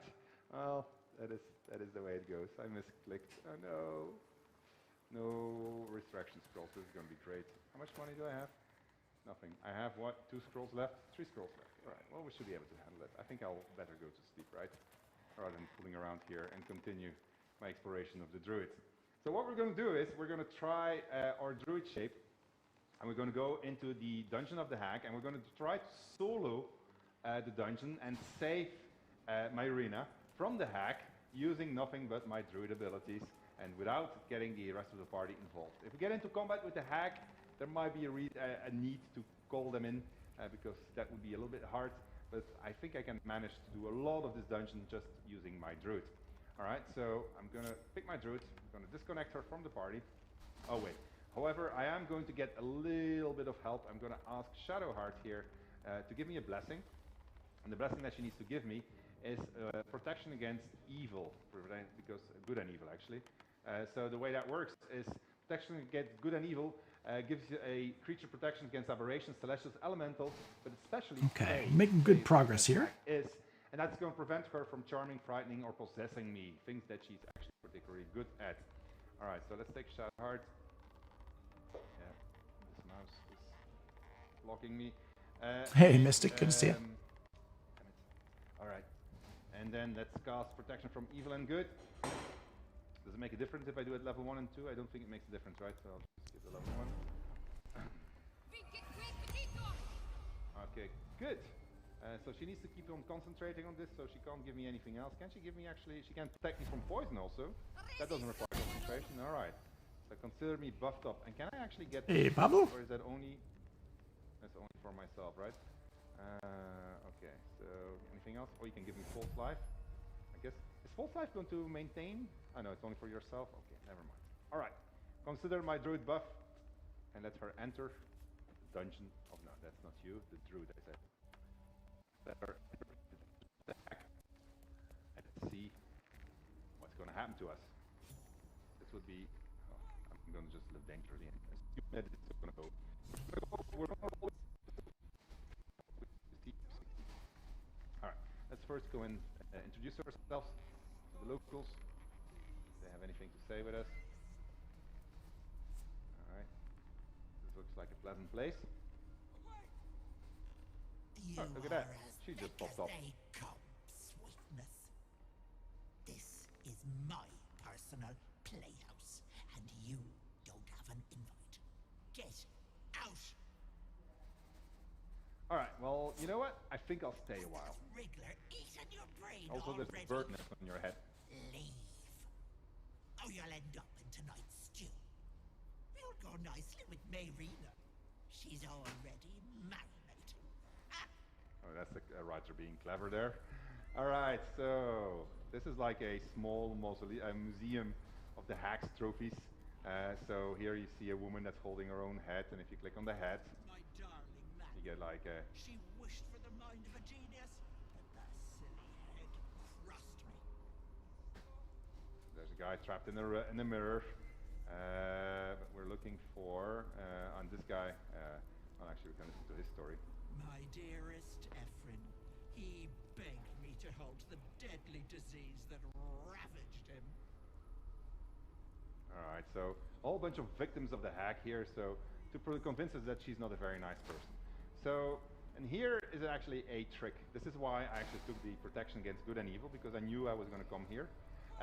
So this mask, if you put it on, you become part of the flock, and let us just do that so you can see what happens. So let me equip.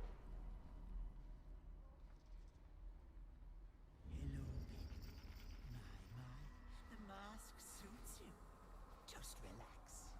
Everybody's hosting. Whoa, we got a hosty host. Channel. Cameron Campbell, the hosty host. Little hosty host. Thank you, dude. ELFSAR.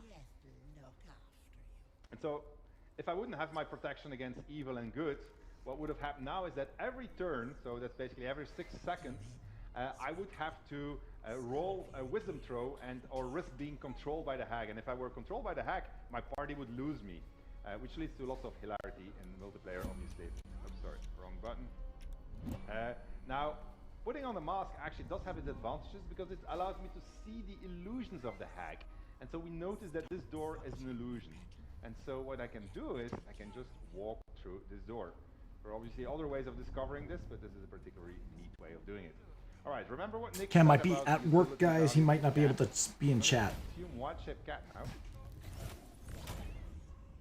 Okay. Most likely at Use work. the cat to bypass these now. Oh, actually no. Oh man. I appreciate the host, buddy. Right. Okay, I'm going to change this. I'm going to dismiss my wild shape. So the thing is that I still have that mask effect on me, and I don't want them. Where is it? Okay, so I'm just going to drop this on the floor because it's useless now, and I'm going to. Yeah, I'm kind of only half paying attention to the video. So let me do that again. Let me turn into a cat. No worries, dude. So you see, Appreciate that, host, no matter what. Thank you so much. I don't have the mask on anymore because if I have the mask, they Say hi to Nikki for me.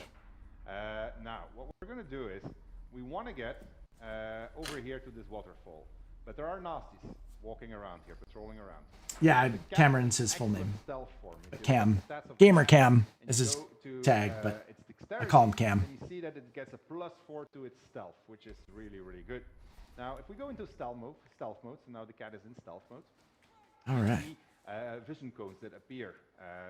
That kind of smoky eye look. If I walk into that, I need to make a roll, and this roll is going to depend on my stealth value. So I have a pretty good chance of succeeding in this, but I just want to make sure, so I'm going to try to avoid getting into this area. You see that little circle, that little sun on my cursor? From what I understand, early access was only and here it's full. Here it's Act 1 of the game. Where there's light, so from what I understand, it's going to right? be harder to remain in stealth, and here it's easier because it's hollow. So I'm going to try to get up there, and to make it easier for me to control the game, I'm going to hit the enter turn-based mode. And so essentially, I am now doing this turn by turn. It allows me for point accuracy. So if I click on the jump button now, I'm going to be able to jump on this thing. And then it's going to be the end of my turn, and you see I could actually position myself there, where the guy can't see me, and then I'm going to end my turn. So now it's up to the bad guys, and so they get their turn. And so when they finish moving, it's going to be my turn again. And so we got a guy here that is very close. So we're going to just skip our turn, just let him pass by. All right. And do a little inspection of this guy. So if we examine him, we notice that he is a human. Now it doesn't show here yet, it's one of the things that we need to add still. But the humans don't. Oh, okay. It's just side quest, not main stuff. If we go over here, for instance, these guys. So let's have a look at this guy here.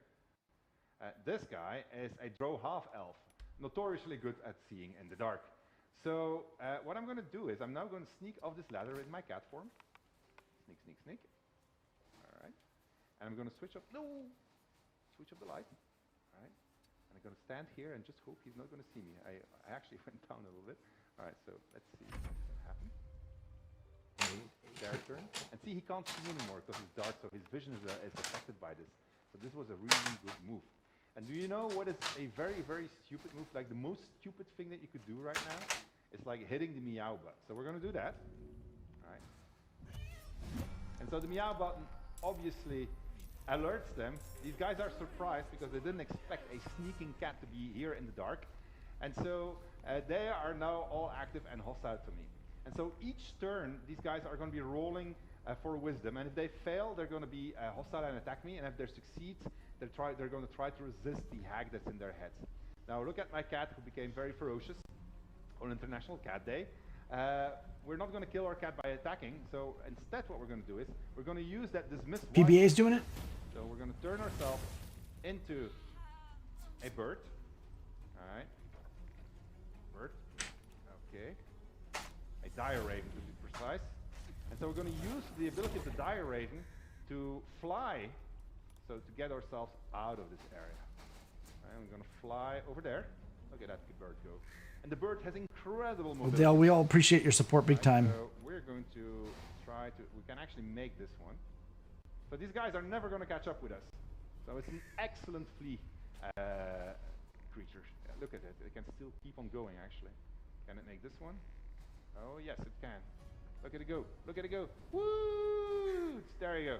So it managed, oh, and there's traps here. And it actually managed to fly out of combat. So I can now leave turn-based mode. No, sorry, I don't want to flee. I'm actually outside. I know, I'm still in turn. No, I'm sorry. It's just not far enough yet. So these guys don't know where to go. Now I'm going to just jump out of combat. And I'm going to head over here. Can I? Yeah, I can. Whoops! Look at that. And now I'm out of combat. All right. And so I'm going to get out of my wild shape form here. So see all the things that I'm doing. I'm just using my druid form. I haven't actually engaged in combat at all yet. I just used my utility shapes to be able to get here. And now I'm going to take a short rest, my last short rest. And I'm going to turn myself into a badger. We learned from Nick that the badger form is excellent at sneaking. All right. And look what we have over there. I believe her eyes are green? Am I not mistaken? We're going to badger up over here. And that's not working, sorry. And I say, hey, Marina, can you hear me? She can't hear me because I'm sneaking, so I'm just going to get out of sneak form. Unfortunately, I forgot to do something. You come to my home, interfering you know what I forgot? business. I have no speed potion. No speed potion. I have Me no in the heart of my Wheel. lair. You petulant All right. Let's get some green in there. Oh, mind your language, lady. I don't know about you guys, but I just love it. Like, look at the badger versus the hag. Being an animal, using all of the animal's abilities. It's just cool. Do it all over again. Stop it! Please, let me go. She actually doesn't deserve to be saved for the overacting, but oh, what's she doing? She's putting the cage on fire. And then what? Oh, she's got initiative on top of it. Oh yeah, she's summoning a bunch of. You can't customize the origin characters, can you? Okay. Yeah, Marina can't do a lot because she's in her cage. And then it's me, the hero of the story. So this cage, because I was surprised I didn't get a move right. Oh man, it got even worse. Now there's illusions of the hack here also. Oh man. So this cage is on fire, 18 out of 40. And I can badger myself closer to her. Not to your knowledge? Okay. I don't have a speed potion, which I was supposed to pick up, which I forgot. Because I was... Alright, we're gonna have to bring in the cavalry, so there goes the bet. So, oh, the team has been betting on wild, failing this. I hate it when they're right. You can respec them though, I heard. But it's not over yet. We're going to try to do this with as minimum cavalry as possible, right? So we're going to bring in the wizard. The wizard for good reasons. First of all, the wizard is going to actually go and pick up, let's see what you have. You have a potion of animal speaking, and healing, we're going to need those. What is over there? This is a potion of greater healing, this is even better. I think I need to go up here to be able to pick up the rest. So you go up. Oops, yeah. Camera work is something that is still in progress, so what is this? Ah, yeah, there you go. So it is going to improve. Click on this. Well, that's a bit of gold. Actually, if I were to have 200 gold, I would be able to go and buy at least one of those resurrection scrolls back. Let's pick up this potion of greater healing too. But I need a potion of speed, and I know there's one here in the house of the hag. I think it's over there. All right, this is the one we needed. The potion of speed, potion of invisibility, potion of healing. I wonder. Well, we're gonna try this, right? We're gonna just try it. Okay, so we're gonna do this without glitching it completely. So we're gonna go down, and we're gonna head over here. So we're gonna go inside of the cave, continue our journey, and now we don't have to worry anymore about those masked Avengers, I was gonna say, those masked guys, because they are all gone, because they were summoned by the hack, so we can just get through this area. The only thing we'll need to deal with is the poison cloud. Now, I've been in this situation before for other reasons, so that's why I know pretty much how I'm going to handle this. And as I was experimenting with the game, I found a pretty cool systemic. So I want to show it to you. So I'm going to jump over here. You see, these poison clouds, they're really not good for me. They're not healthy. But what I can do is I can summon my ball of fire, and so the cool part about my ball of fire is that it's heavy, alright? And so because it's heavy, it basically can destroy the traps by just rolling over them, and so that is just insanely cool. Alright? I just have to be careful because it can also burn the ladders, so that's a problem. But otherwise, oh, well, it just destroyed the ladder. But like this, it is actually a, see, I just need to be able to navigate it because it is fairly large. I'm going to get myself stuck here. Oh god, I'm going to get myself stuck. Did I get myself stuck with my ball? I did get myself stuck with my ball. Go over here, ball. How did I do this? Am I going the wrong way? I'm going the wrong way, I guess. Okay. Ball. Do something. The warmth. Oh, I thought I could see a warmer pink. This picture before. Nope. And this is a bit finically seen still. It's all parts of the game in the sharpen this up. I actually don't remember there being a blocker over here. So can I? No. I'm not going to be able to use my super trick unless I can enhance the jump. Can I enhance the jump of my ball with my wizard? No? I don't think so. Oh man. Okay. Well, then we're going to get him closer here. You can shove it. I can shove the ball? You can shove the ball. I can shove the ball. Or use thunder wave on it. Yeah, I need to make sure that I don't have my wizard killed by the time I get there. So let me try this. Alright. Ball. I need you to do your thing, Ball. I need you to help me. Alright. Oh, look at the ball go! Woohoo! Alright, that's more like it, Ball. Alright, I could have done better with my first ball. It did cost me a spell slot, right? And my guy is not super healthy either. Okay. Is there any way, Nick, that I can make him like hard to see? Like with blur? No, that doesn't help it. Any I think you got a potion of invisibility, isn't it? The white one? No, that's the speed one. No, the other one on the first bar. Oh, I was super lucky! It's starting to come together, hey? It's starting to form. Alright, let's approach Ball. Yeah, with the potion of invisibility, I'm going to be able to bring my potion of speed to my badger. And this should do what I need it to do. Alright. I do need I'm going to take a healing potion here because otherwise I don't want to be dead. So we have this really interesting, cool system where combat and turn-based, you can basically jump away from it and continue playing in real time, then have your other party members join. It is not a thing that, if you think about it, is super logical, but in multiplayer it works really well. Well, I'm going to be at work. Aids you in combat when you are in pickles like this. So. But I can try and drop it on mobile. I'm going to start sneaking. All right. All I need to do is get to him, and I could actually use my magic pockets to get it to him. It's much more fun if I do it this way, right? So if I'm invisible and I get to him, I'm good, right? Yeah. But it's going to be quick, you need to act. Oh yeah, ha! But I have turn-based mode. You can also throw the potion. I could, but if I miss, he's not going to be invisible. And actually,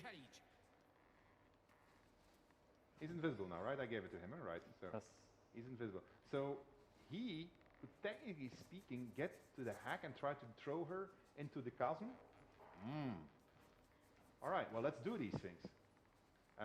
You need to... Well, yeah. Do we consider him to be close enough? We do, right? Okay. To pass the potion? To be? Yeah. Want me to throw it? Ooh. I'm 85% sure this is going to work. You're 85% sure? All right. But if it fails, we're going to be dead. All right, let's use the conventional way, which is to pass through the potion. All right, so let's glitch our own system.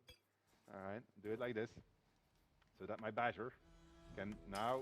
Oh, what did I do? Sorry. Can burrow himself over there. We're gonna do Okay, I like it. I like it. It's working. Okay. Right, so this is good. Burrow over there. And now I'm going to drink that potion. This is why this potion was so important to me. I needed that potion of speed because it gives me an extra action. Actually, I should have used it before because I might not get there. I don't have the range. Oh, yes. Can I? I can. I can, Nick. You know what this means? Marina is safe. I need to Marina is safe, exactly. All right, so let's check this for a second. There she goes. She was in the pickle because if she would have fallen, if that thing would have burned, she would have fallen there. She would have been dead. All right, this was pretty good. Okay. All right, so let's press and turn and see what happens. Okay, so and turn on you. He's actually in. You don't have to consume it. She's protected from evil. See, that protection from evil helped there, I think. Just has to make contact. Okay. That one failed its roll, so Good to know. Thank you for the tip. It's going to be definitely useful on my tactical playthrough. Don't mess with the hag.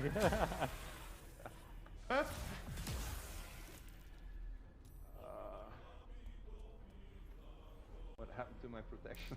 We're going to be doing 2 playthroughs right off the bat. One is going to be a co-op stream with between SuperStar and myself.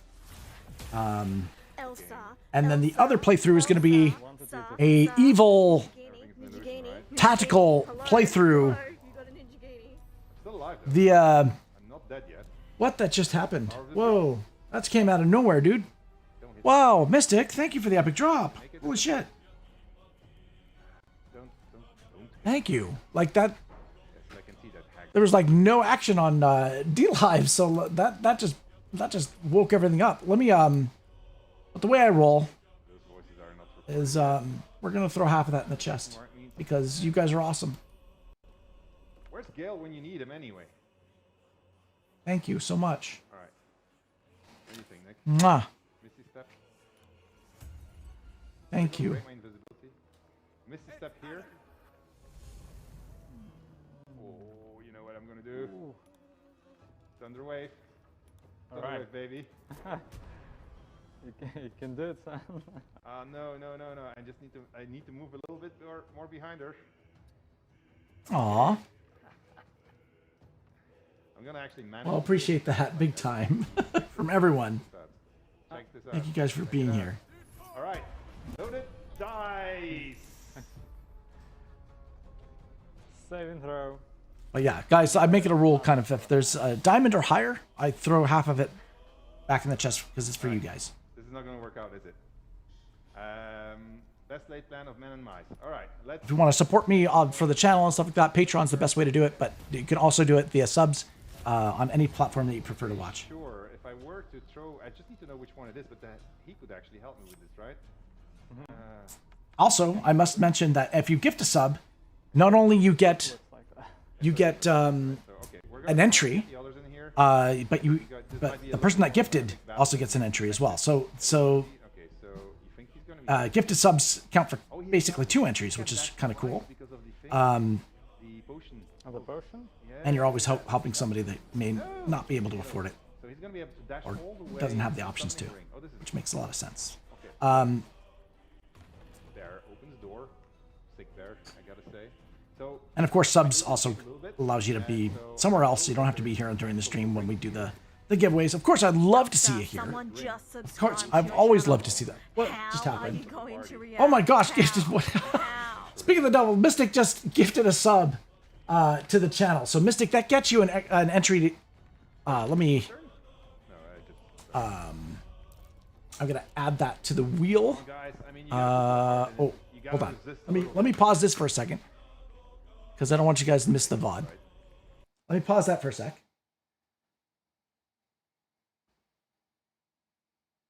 And oh, I turned the logo off. Never mind.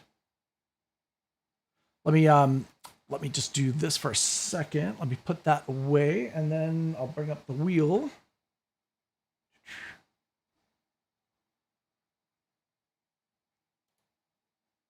There we go. And I will add a... Oh, Emma got it. Nice. Emma, yay. Okay. Okay, so Mystic, you just got an extra entry, and Emma gets an entry as well.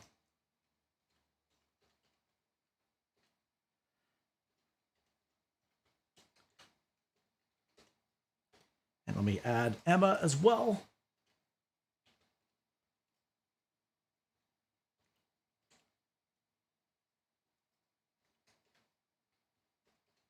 Perfect. Awesome. Thank you, guys. Awesome. All right. Let me bring it back up.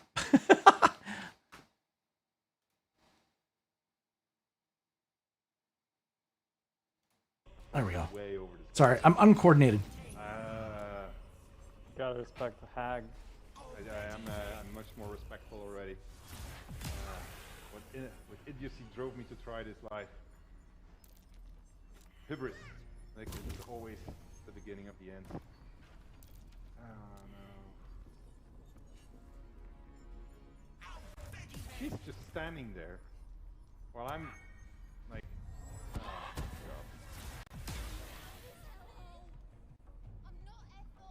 Mystic is one of the leading supporters on, as you can tell by her crown, she's the leading supporter on DLive, guys. What do you think? Big love to Mystic. She's going for her VP, guys.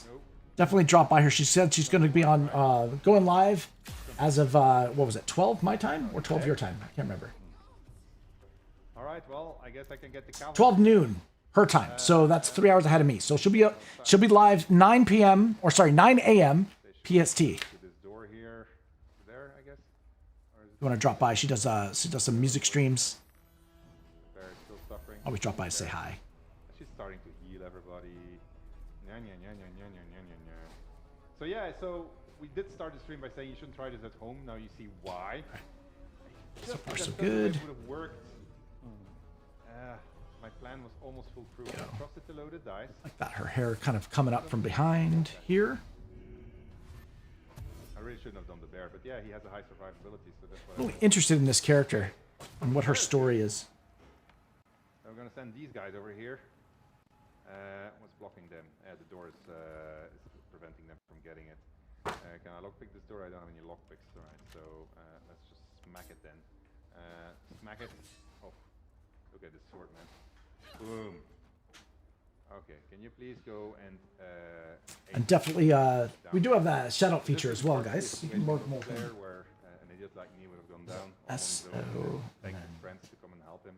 The bear is not in a good shape, though. I think it's like this, right? You go like this. Yeah, short right now. He's dead, right? It should.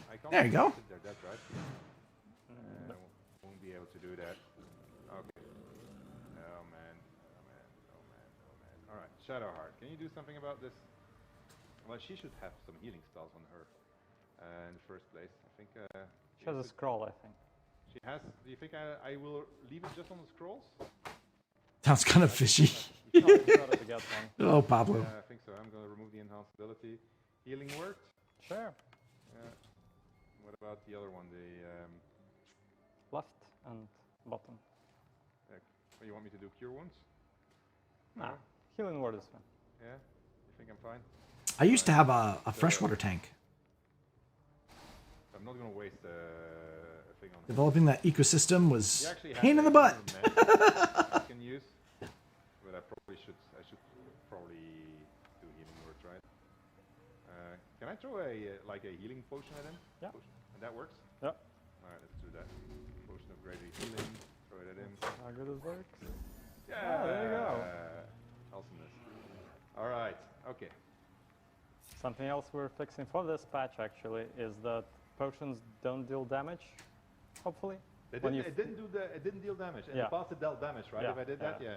Because exactly. of course, my camera tilted? Someone, but we see people keep killing their companions with that. Can't tell. We want to try. Typically, when you throw a potion, it is because you're in trouble, just like I am. Right? Yeah. Now all right.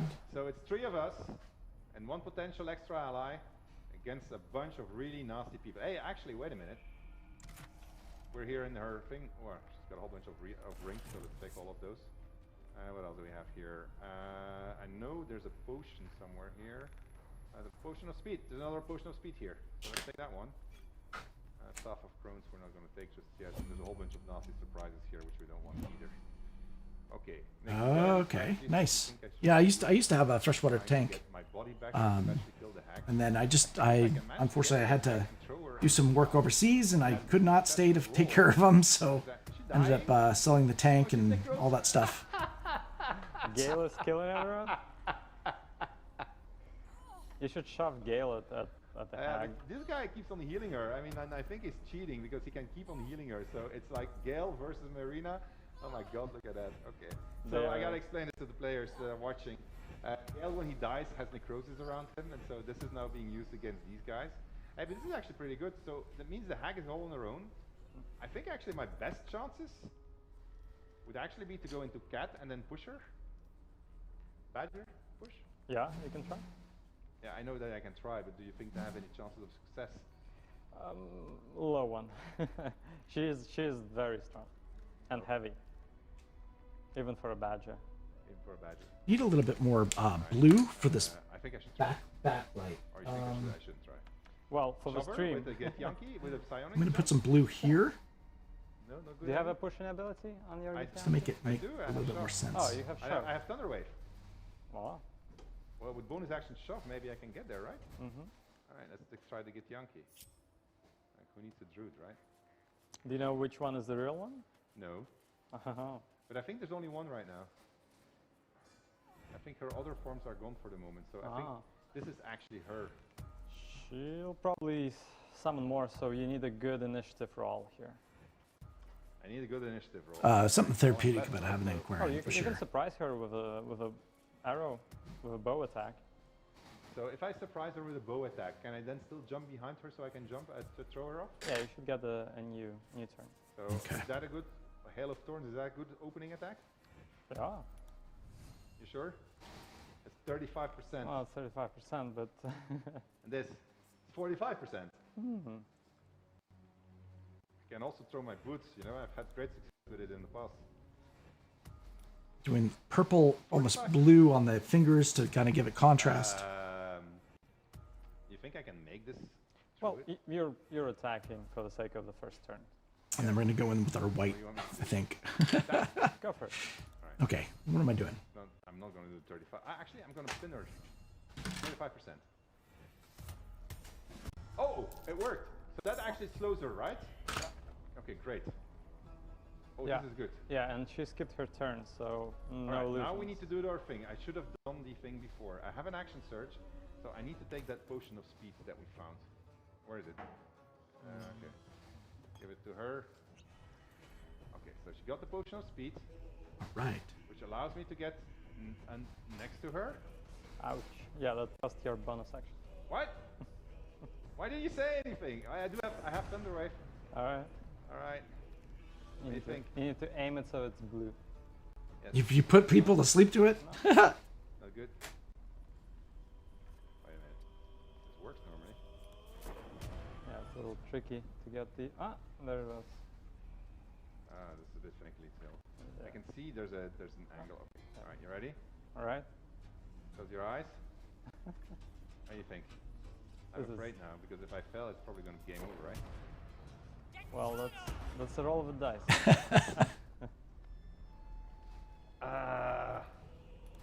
Alright. Do it again. Aye? Do it again, do it again. You think it's going to work? Well, if you keep Load the rolling... dice, Could there be a little bit the of loaded red dice reflection? need to kick in. Anytime now. Because it's metal. Yes! Yes! Oh no! Hey, oh no! She's on the other side of the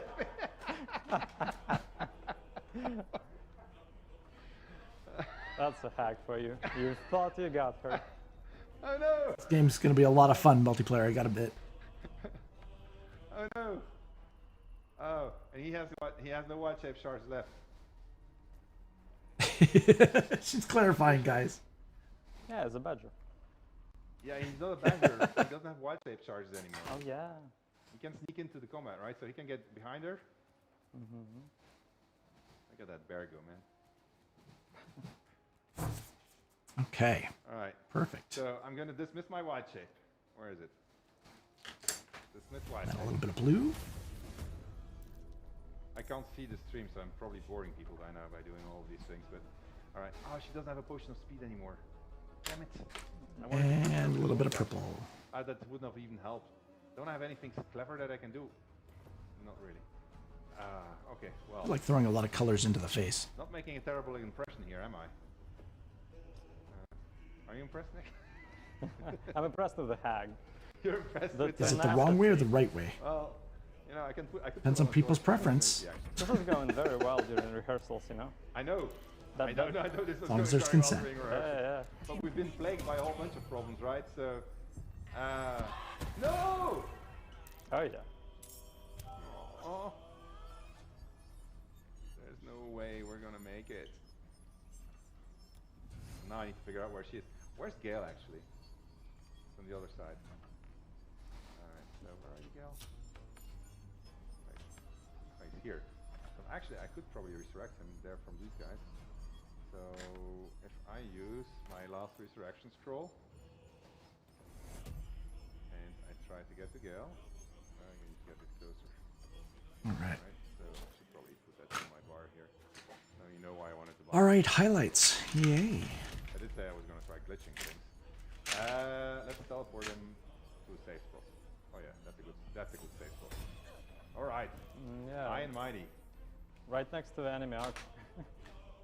Yeah, but you're gonna see, she's gonna have a successful attack roll, and that's gonna be good, and then We have to bring out the white ink for this, and we're going to test the pen, see if it's working today. I'm on the wrong side.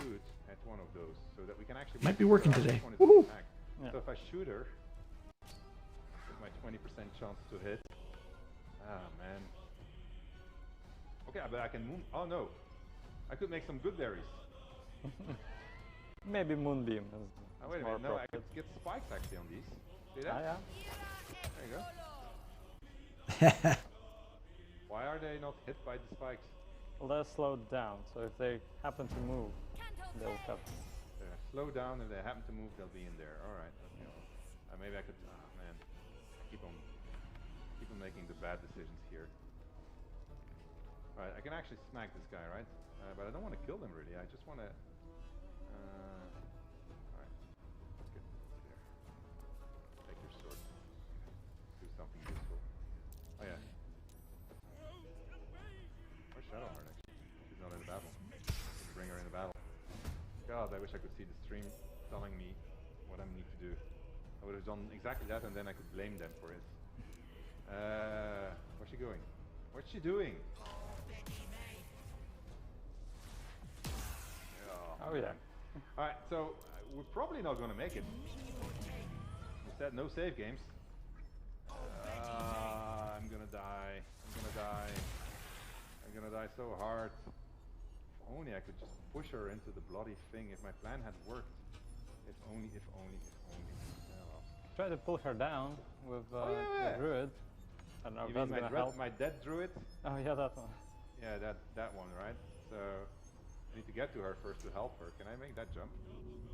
I can. Alright, so give her a helping hand. Helping hand. Stand up. Again, if I win this fight, I shall be very happy. Alright, actually no, I don't think so. I don't think this is a good idea. Can't I throw something like really hard at her? Like a longsword? Or like a blood great axe? Would that hurt her? Probably not. A little. Can I reach her still? I can actually. Alright, that was a fake one. Great. I guess it's progress. Fresh and clean. Oh man. There's no way I'm gonna make this. This is gonna be a bit of an anticlimax. Well. So now you know what to not to do. I think Marina's not gonna make it either. Who's actually still standing? Shadowheart and my druid with 1 out of 31. Okay. Yeah. Ah, you're fresh and clean. I thought you were talking about Shadowheart here being fresh and clean. So, you got Shadowheart left? I guess.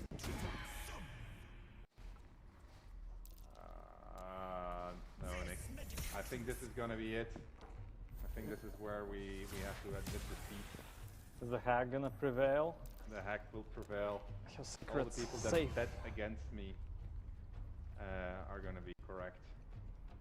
Shadowheart, she's what? She's frightened. Remember, she's a half elf, right? You're judging it by human standards. She's got a very, very. She's got half elven features.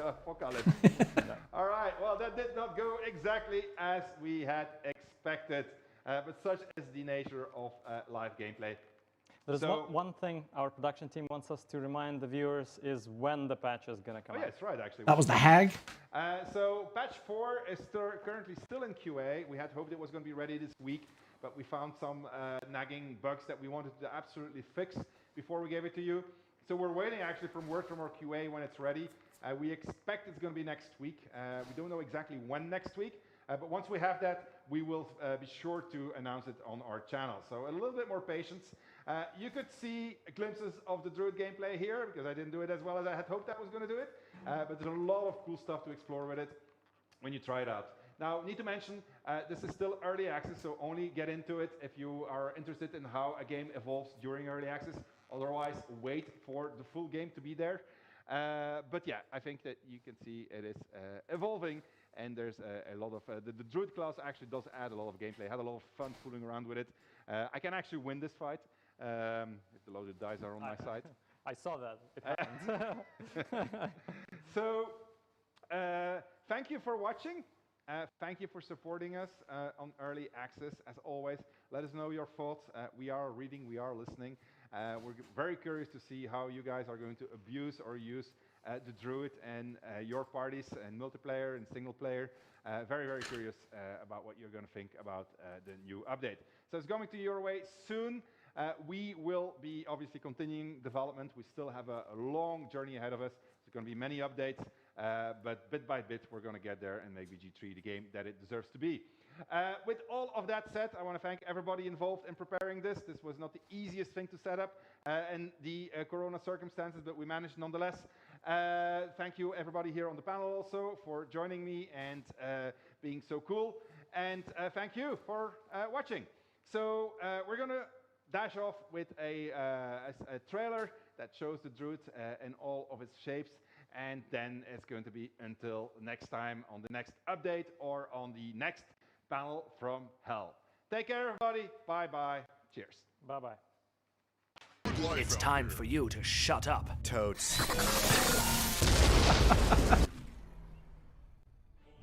An army was coming, she said. Goblins, drow, and more still. Legions upon legions. The druids of Cloakwood knew the dangers this would bring. There was but one druid who guarded the circle, who protected our ways.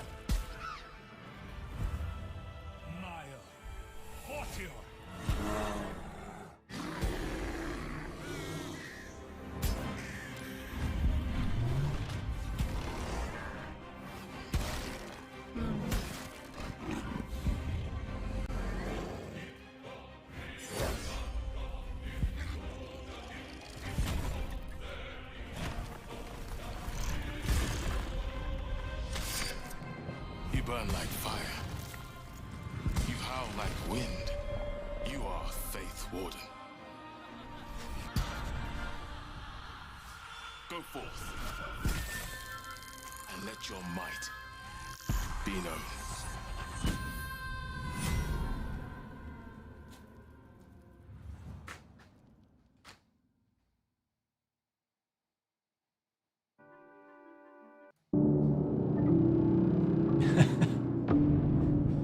I'm looking forward to it. I hope you guys are too. We're going to be playing, like I said, on the channel.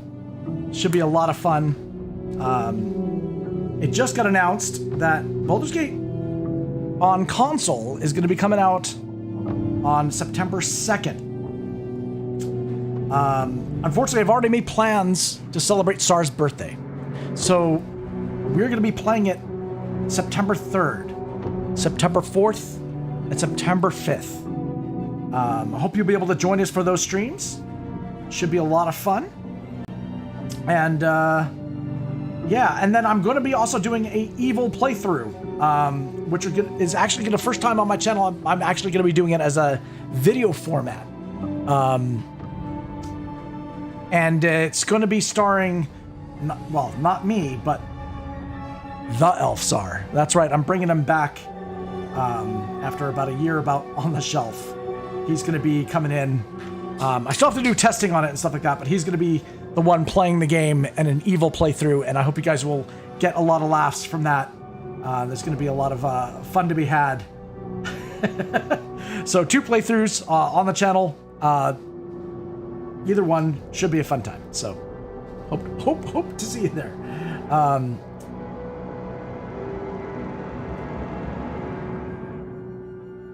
But yeah, with the streaming of Baldur's Gate 3, we may choose to do it on platforms like Twitch, Kick, DLive.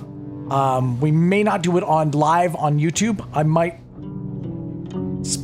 basically go through it, edit out all the nudity, so to speak, because apparently there's a lot of nudity in this game. I have to edit that out and then put it up on YouTube.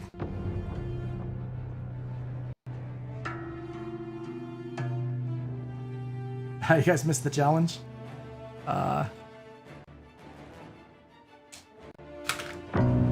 You never know.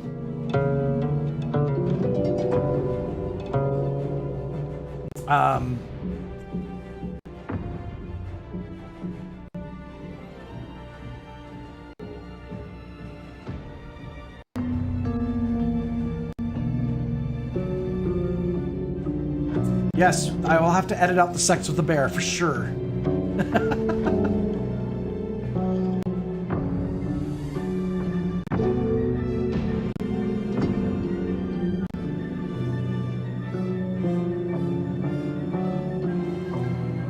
All right, I'm pretty happy.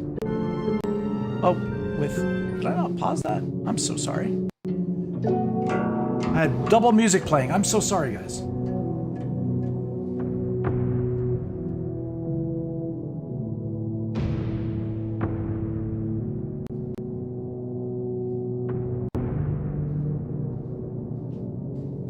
I need to have a little bit more of a definition, like elven ears.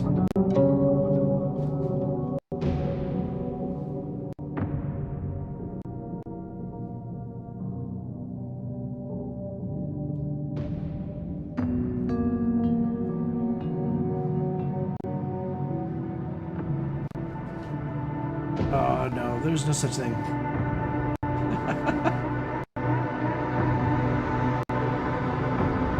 It's you as a sub you gain 5 times the amount of XP.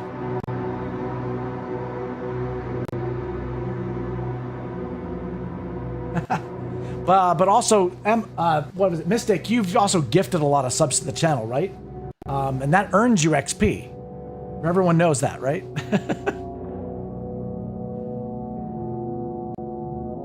I'm one of those guys that goes back into my streams and I'll actually add the points that everybody earned.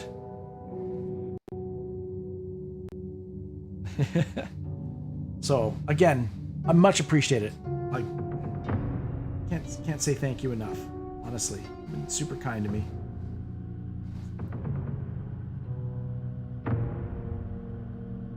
All right.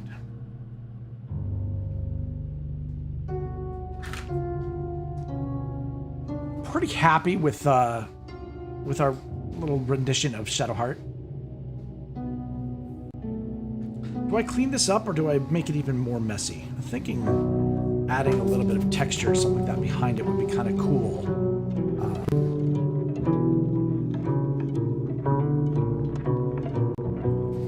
I'm gonna smudge this out a bit. I wonder if I should do the other side though, because it's kind of...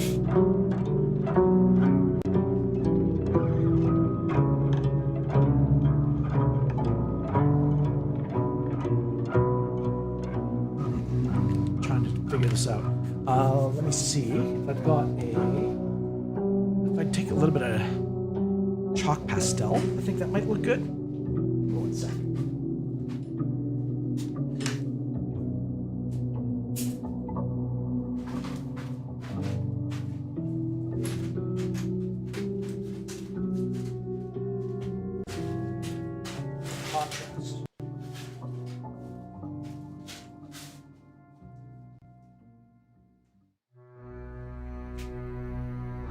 Contrast in my drawings. So what I'm thinking I'm gonna do, guys, is I'm gonna add a little bit of striking contrast. So we're gonna do a little bit of red.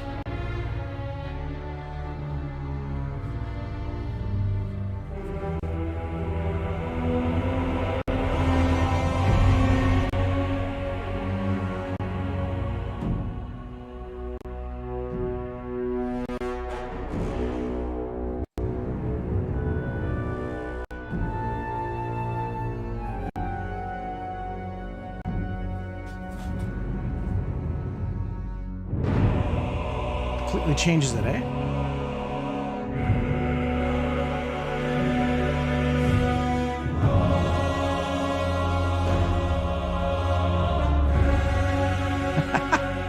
Cool.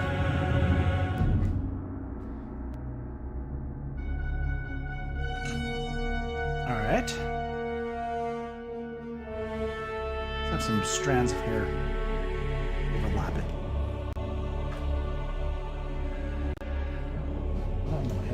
There we are.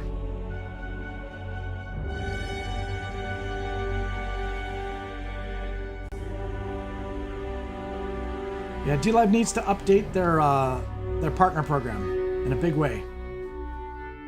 I don't think they have any incentive to do so, other than the betterment of the platform, but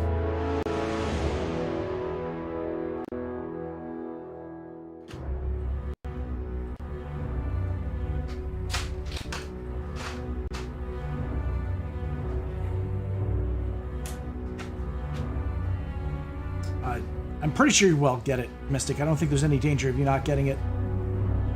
DLive's in need of VPs.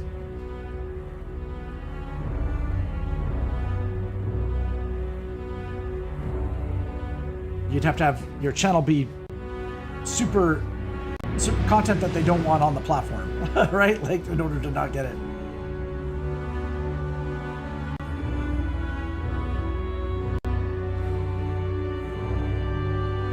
Yeah, I know. It was unfortunate timing for sure.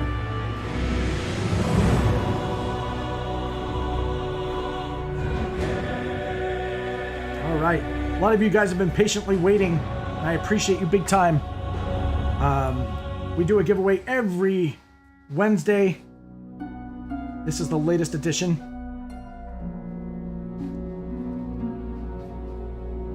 Again, this is from Baldur's Gate. This is Shadowheart. So how could we not use red, right?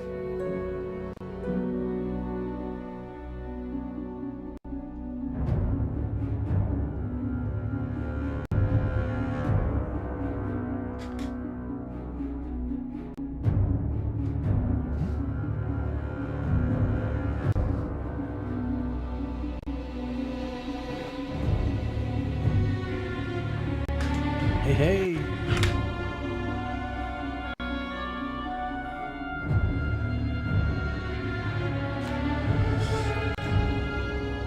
Yeah, Mystic, you got hit with a big one. It makes getting it all that much sweeter though, right?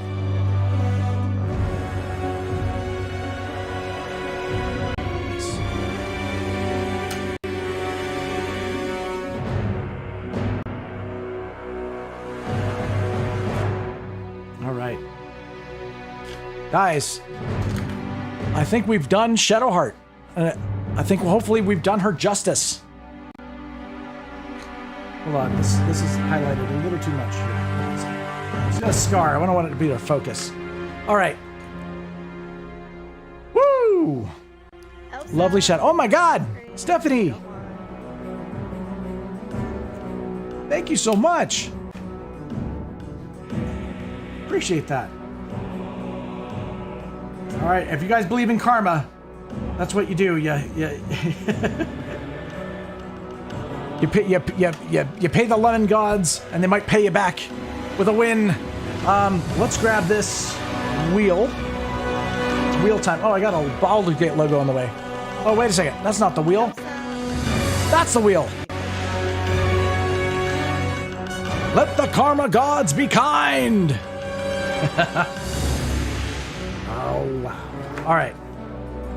This comes the part that is difficult for me, and that is I got to add the names when I get you guys to put in the magic word or number or whatever it is in chat. It can be on any platform, guys. You can also add it on any platform. Doesn't matter what platform you're on, but if you're here watching, you get a free entry to this. So might as well, right? So my rules are as follows. You need to be 18 years or older, or your parents' permission. You need to claim the drawing within 36 hours if you're declared the winner. The way you do that is via my Discord, either my Twitter, or via my email. All of my stuff and info for that is in my About section on every platform. You can't miss it. The other rule I have incorporated in is that you actually have to follow me on Patreon if you want to claim the winning as well. That's right. You got to be a follower. Doesn't have to be a paid subscription, just has to be a follower. That way you have access to the updates that I put up there. Awesome. Other way than that, it's pretty much that's the rules. Let me do this. Here we go. We're gonna go over. Oh, before I need to before we do that, I need you guys to put a word in chat so I can add the names here. What word are we going to do for Shadowheart?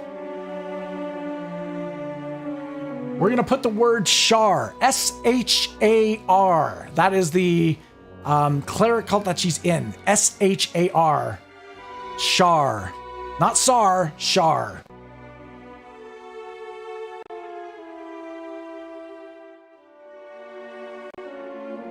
All right. Also want to give a shout out to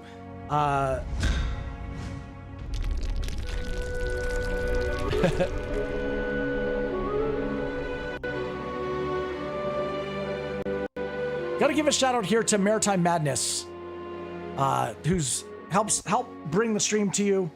Thank you guys so much. Definitely appreciate you guys. All you have to do is go to maritimemadness.com and use the ELFSAR code ELFSAR BBQ to save 15% off your entire order on top of whatever sale they're doing. That's right. You could fill up your cart, and if it's on sale, you get an extra 15% off if you use my code. But, guys, there's one caveat. This expires. This is going to be expiring on the 4th of September. So, you can only use that code until then.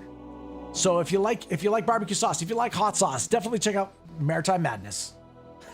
Let me, I gotta start adding these names, but God, I'm behind. Okay. Now, the reason why we're also here is we need to roll the dice.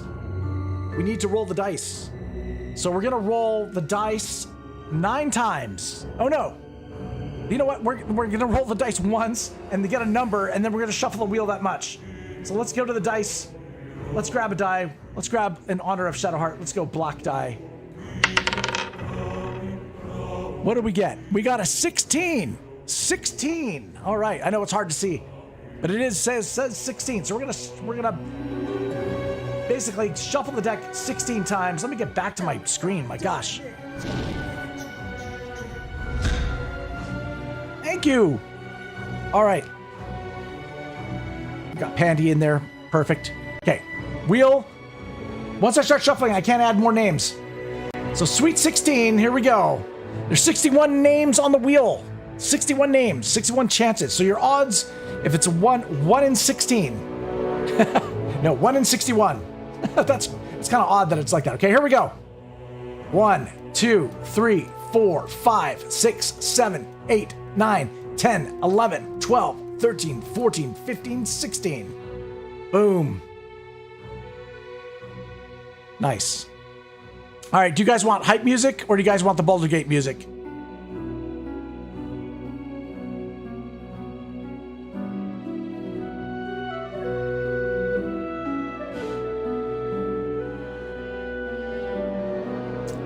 Let's see how we're going to do this. Let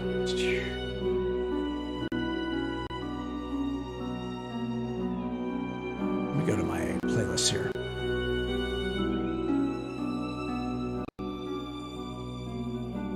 Thank you so much, Mystic. That's incredibly kind of you. Big time.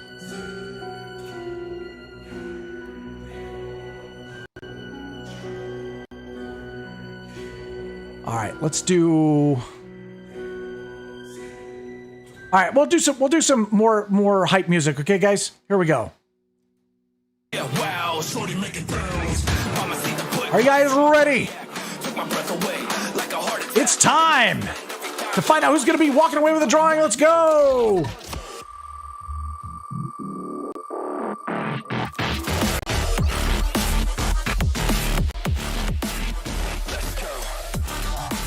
All right, we got MD Wit Kick. MD Wit from Kick.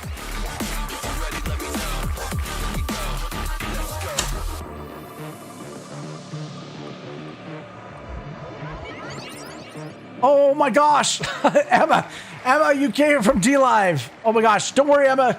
You're still here. You're not out. Good luck to everyone.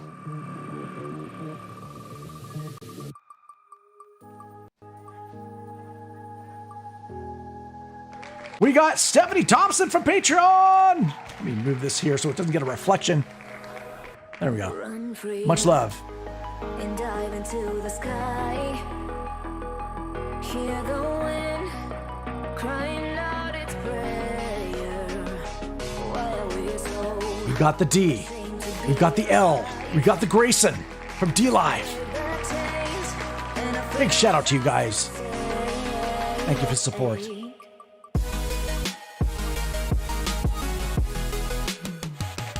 We got Hazel Girl.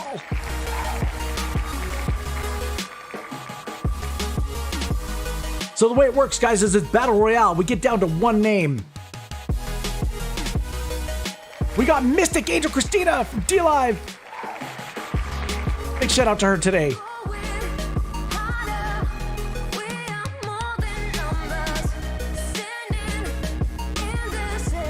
We got Renzo Scriber from D-Live.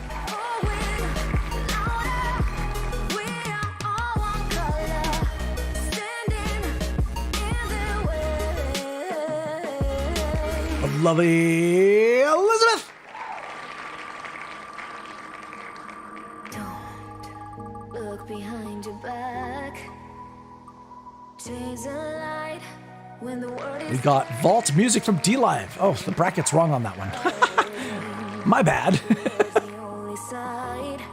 Thank you, Vault Music. So take my hand, join the army of the sun. We got last week's winner, Stephanie Thompson.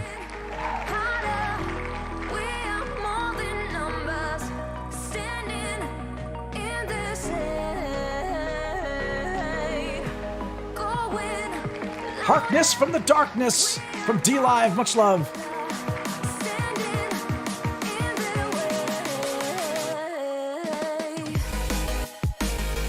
Oh, either way, it's going to be Stephanie Thompson. There's a wall of Stephanie Thompson there. My gosh, Stephanie. Guys, dodge those bullets. Dodge it.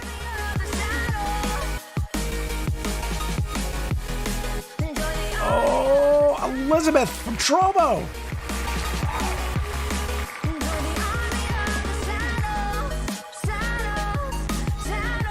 Oh, no. Stephanie.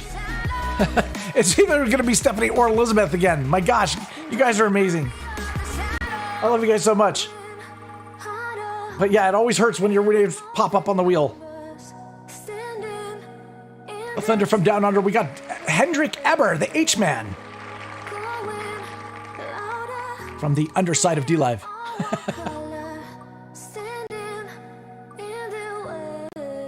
Again, I know. Steph, we gotta mix it up. We gotta figure out how you can dodge these things.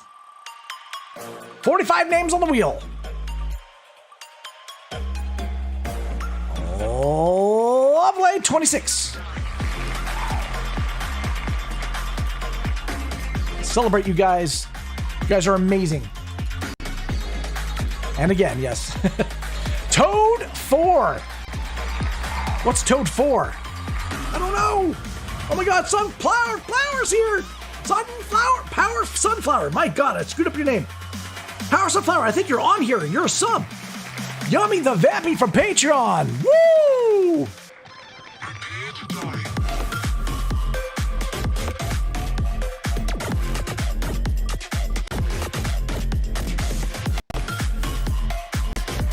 Oh my gosh, it was either going to be Stephanie or... Why? Stephanie and Elizabeth are like stuck together like glue. You guys are like a team.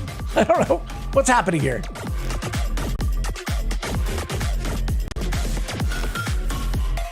Oh, Mystic. Oh, it was almost not Mystic.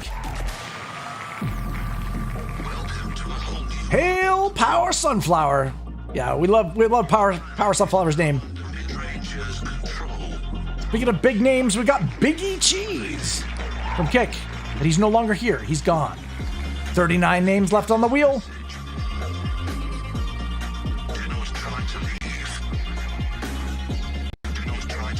Pieces. It is Pieces from D-Live. All right, 38 names. Can only be one winner though. It looks like MD Wit from Patreon just got eliminated there. We gotta keep going. Go!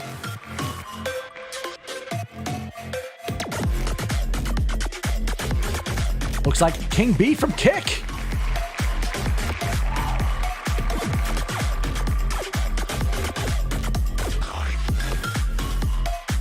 Oh, is it gonna be Flo or is it gonna be Elizabeth? It is ending up on Elizabeth. 35 names left. Oh, wow. It is Flo this time. Oh my gosh. It almost did a full 360.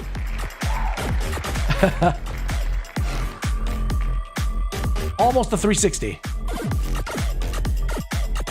Oh, Pablo. Pablo, you got one of your entries eliminated.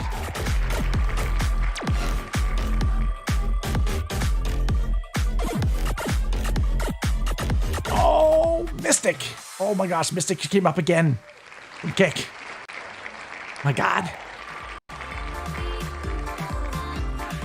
Yeah, I figured I'd throw on some more hype music for you guys for this. Oh no, Pablo, are you gonna double whammy? No, Pablo! Pablo got double teamed. Pablo, you're gonna be sore in the morning. I'm sorry, dude. 31 names. Oh God, Mystic, no! Mystic's like, no! I didn't say nothing. I didn't jinx you at all. I'm not saying nothing. Oh my gosh, we got Arch OSR. I have no idea who this is. I think they were gifted a sub. But I think they've been in my chat before because I've only seen them collect the chest. I know they've clicked that collect the chest button. That's about it. It's all else fault. It always is. Oh God, no. Oh God, Mystic. It almost landed on Power Sunflower. 28 to go. Oh, is it gonna be Mystic again? No freaking way. No, it's Begum 839. Again, I have no idea who this is, guys. I have absolutely no clue. But you know what? Hey.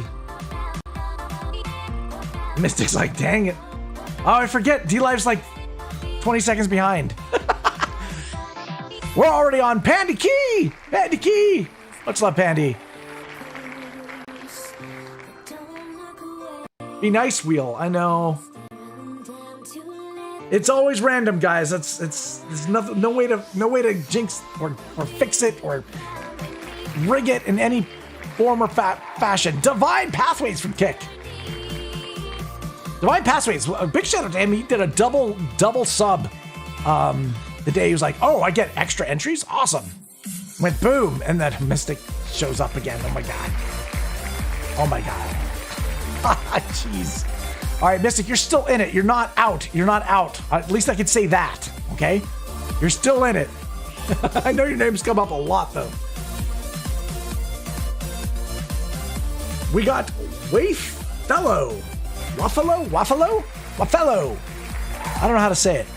It doesn't matter because he's gone. 23 names.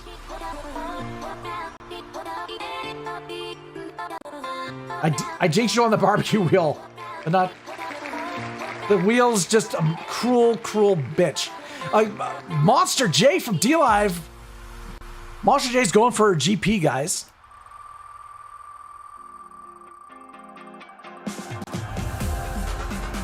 Waffalo, yes. Elizabeth from Kick. 21, guys. This is the blackjack. We're in the casino era now.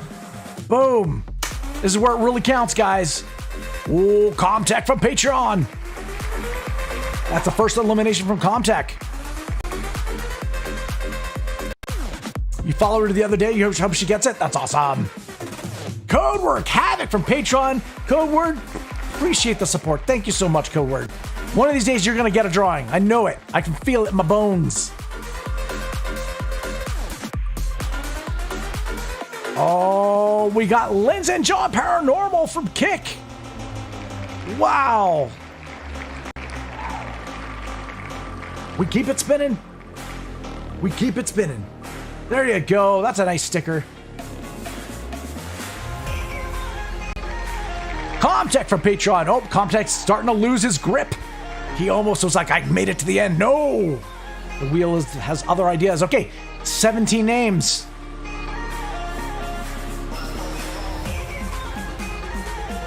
Oh, God. Mystic, no. Oh, no.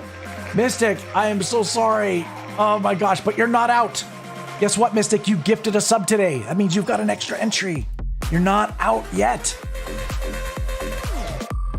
Let's keep it spinning.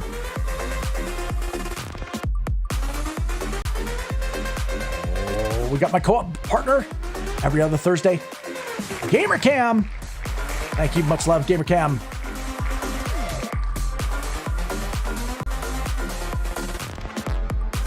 Oh gosh, Comtech. Oh no, Comtech completely lost his composure. All right, we got Comtech from Kick. The Willie is picking on Mystic. Well, it's picking on anybody who's got lots of names or lots of chances to win. Of course, they're going to feel like they're getting picked on, right? It's random. The names are getting bigger. It's getting a lot more precarious. The chances of it landing on you is higher. All right, here we go. 14 names. We're almost getting down to that baker's dozen. Is it going to be? It's June. It's June. It's June, everyone. All right. The baker's dozen. Let's go. Fire. Fire. Oh my gosh, it was either going to be Mystic or Stephanie. It ended up on Stephanie. Oh my gosh. Stephanie, you are still in it. Oh my gosh. Holy cow. I'm just, jeez. Okay, the dozen. We got to get down to the final 10. The final 10. All right, we got to eliminate 2 more names. Oh, wow. A trooper. Eric Walker, E13 from D-Live just got eliminated. We spin it one more time. We got to get down to the final 10. Oh, no. Oh, Mystic.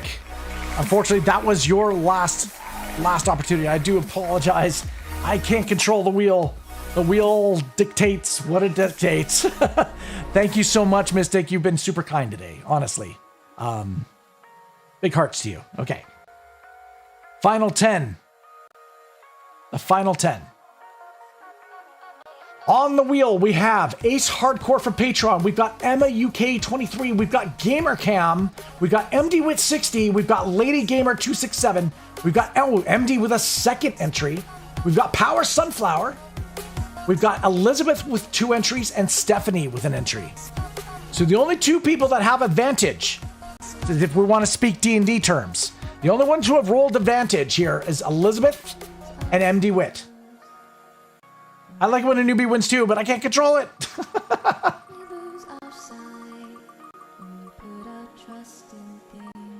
Okay, well, Elizabeth, they were stacked against you because it was all right. So we removed that. Elizabeth has an equal chance as everyone else. The only one who's got advantage right now is MD-Wit60. Number 9.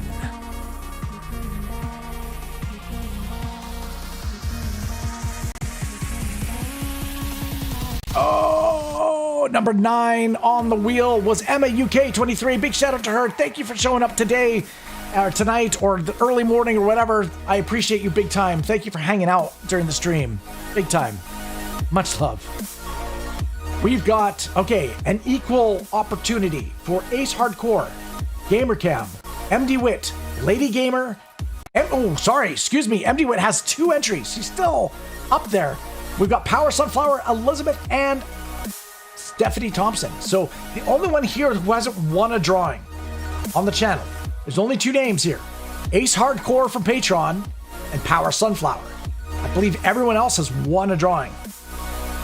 Let's spin it. Maybe we might get lucky with a new winner today. But I can't control it. Oh, it doesn't look like it. Look, Ace Hardcore got so far. But number 8 was as far as he got. I'm so sorry, man. I always jinx it, right? All right, here we go. You feel the power. You feel the power of the sunflower. Such a great name. Oh my God, it almost landed on him. No, it landed on Elizabeth. Elizabeth. 6 names. 6 names on the wheel. Each one represented by a color. Woo, boy. Spin it. Let's go. Oh, it looks like GamerCam from Kick has been eliminated. 5 names left on the wheel. 5s are lucky, at least for me. Who's lucky number 5?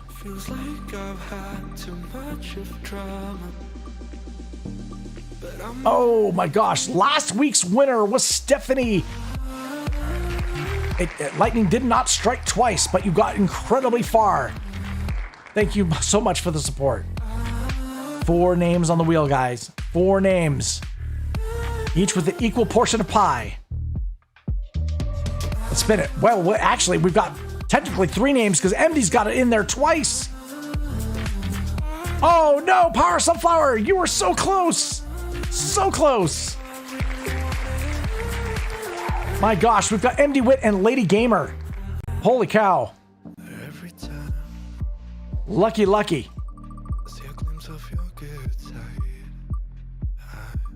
Oh my gosh. MD Wit has, oh my gosh. Bad luck. You made it to number 4. I know, dude.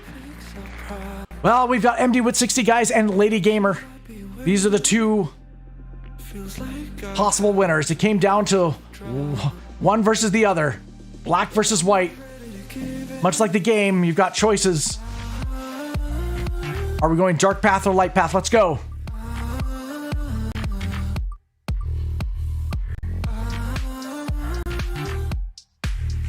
Oh my goodness. MD did not score. She scored the Barbie drawing, guys. She did not score this one. We have a winner, Lady Gamer 267 from DLive. Thank you so much, Lady Gamer. You have won a drawing free of charge on the channel. Much love. So I'll send her the email via Discord and get her to go through the process. Congrats to Lady Gamers. GG, guys. Awesome. All hail the legend of Lady Gamer. Much love. Woo! Well, I made a mess of my table. I hope you guys had a good time during the stream. I appreciate you guys so much. Appreciate you. How much do I appreciate you guys? Well, I've got a chest to open here on DLive, and it's a reflection of the love and support that you guys have shown me. Big shout out today, though, has to go to MysticAngelCristina, because she went over and above and beyond and donated a lot to the channel. Thank you so much for that love today, Mystic. I wish I could control Destiny and all that junk, but it is what it is. And I want to just say again, I appreciate it big time. Thank you guys for joining me and allowing me to do this. We'll come back with next week with another, holy shit. What? Oh my God.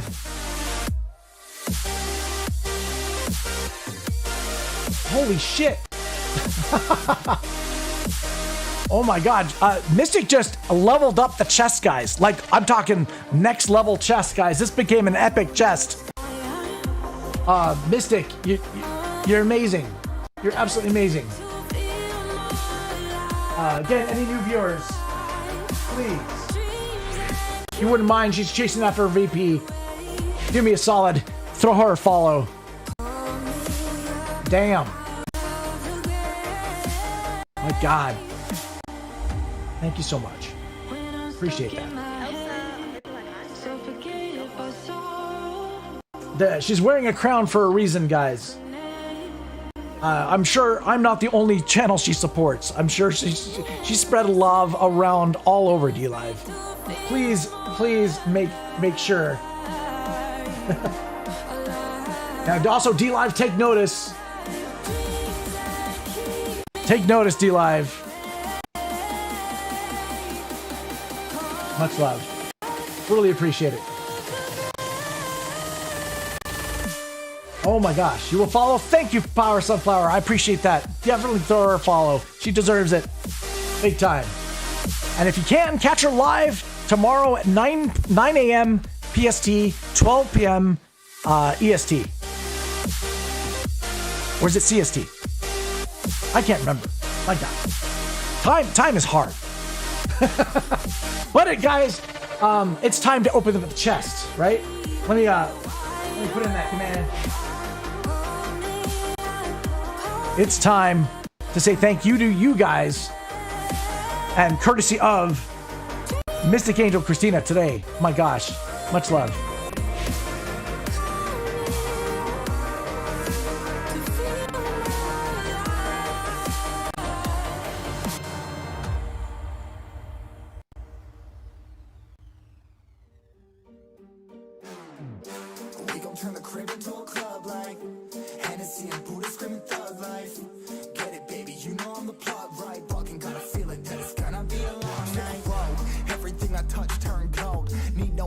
All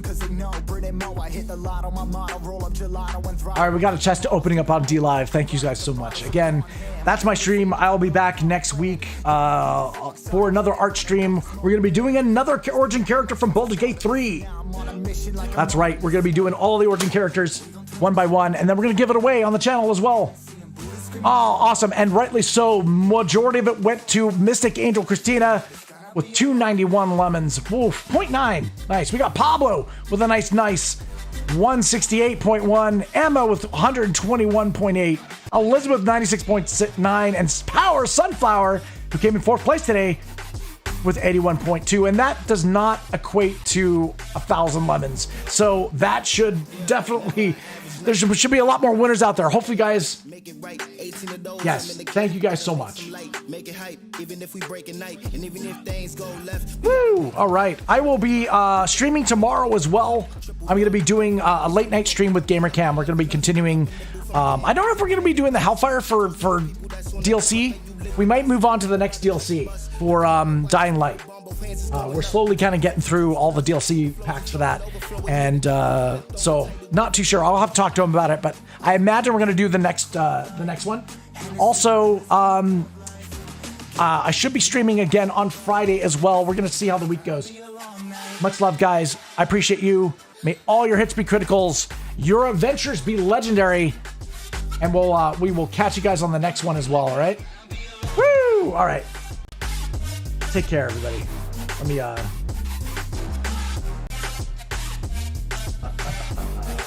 right, sweet.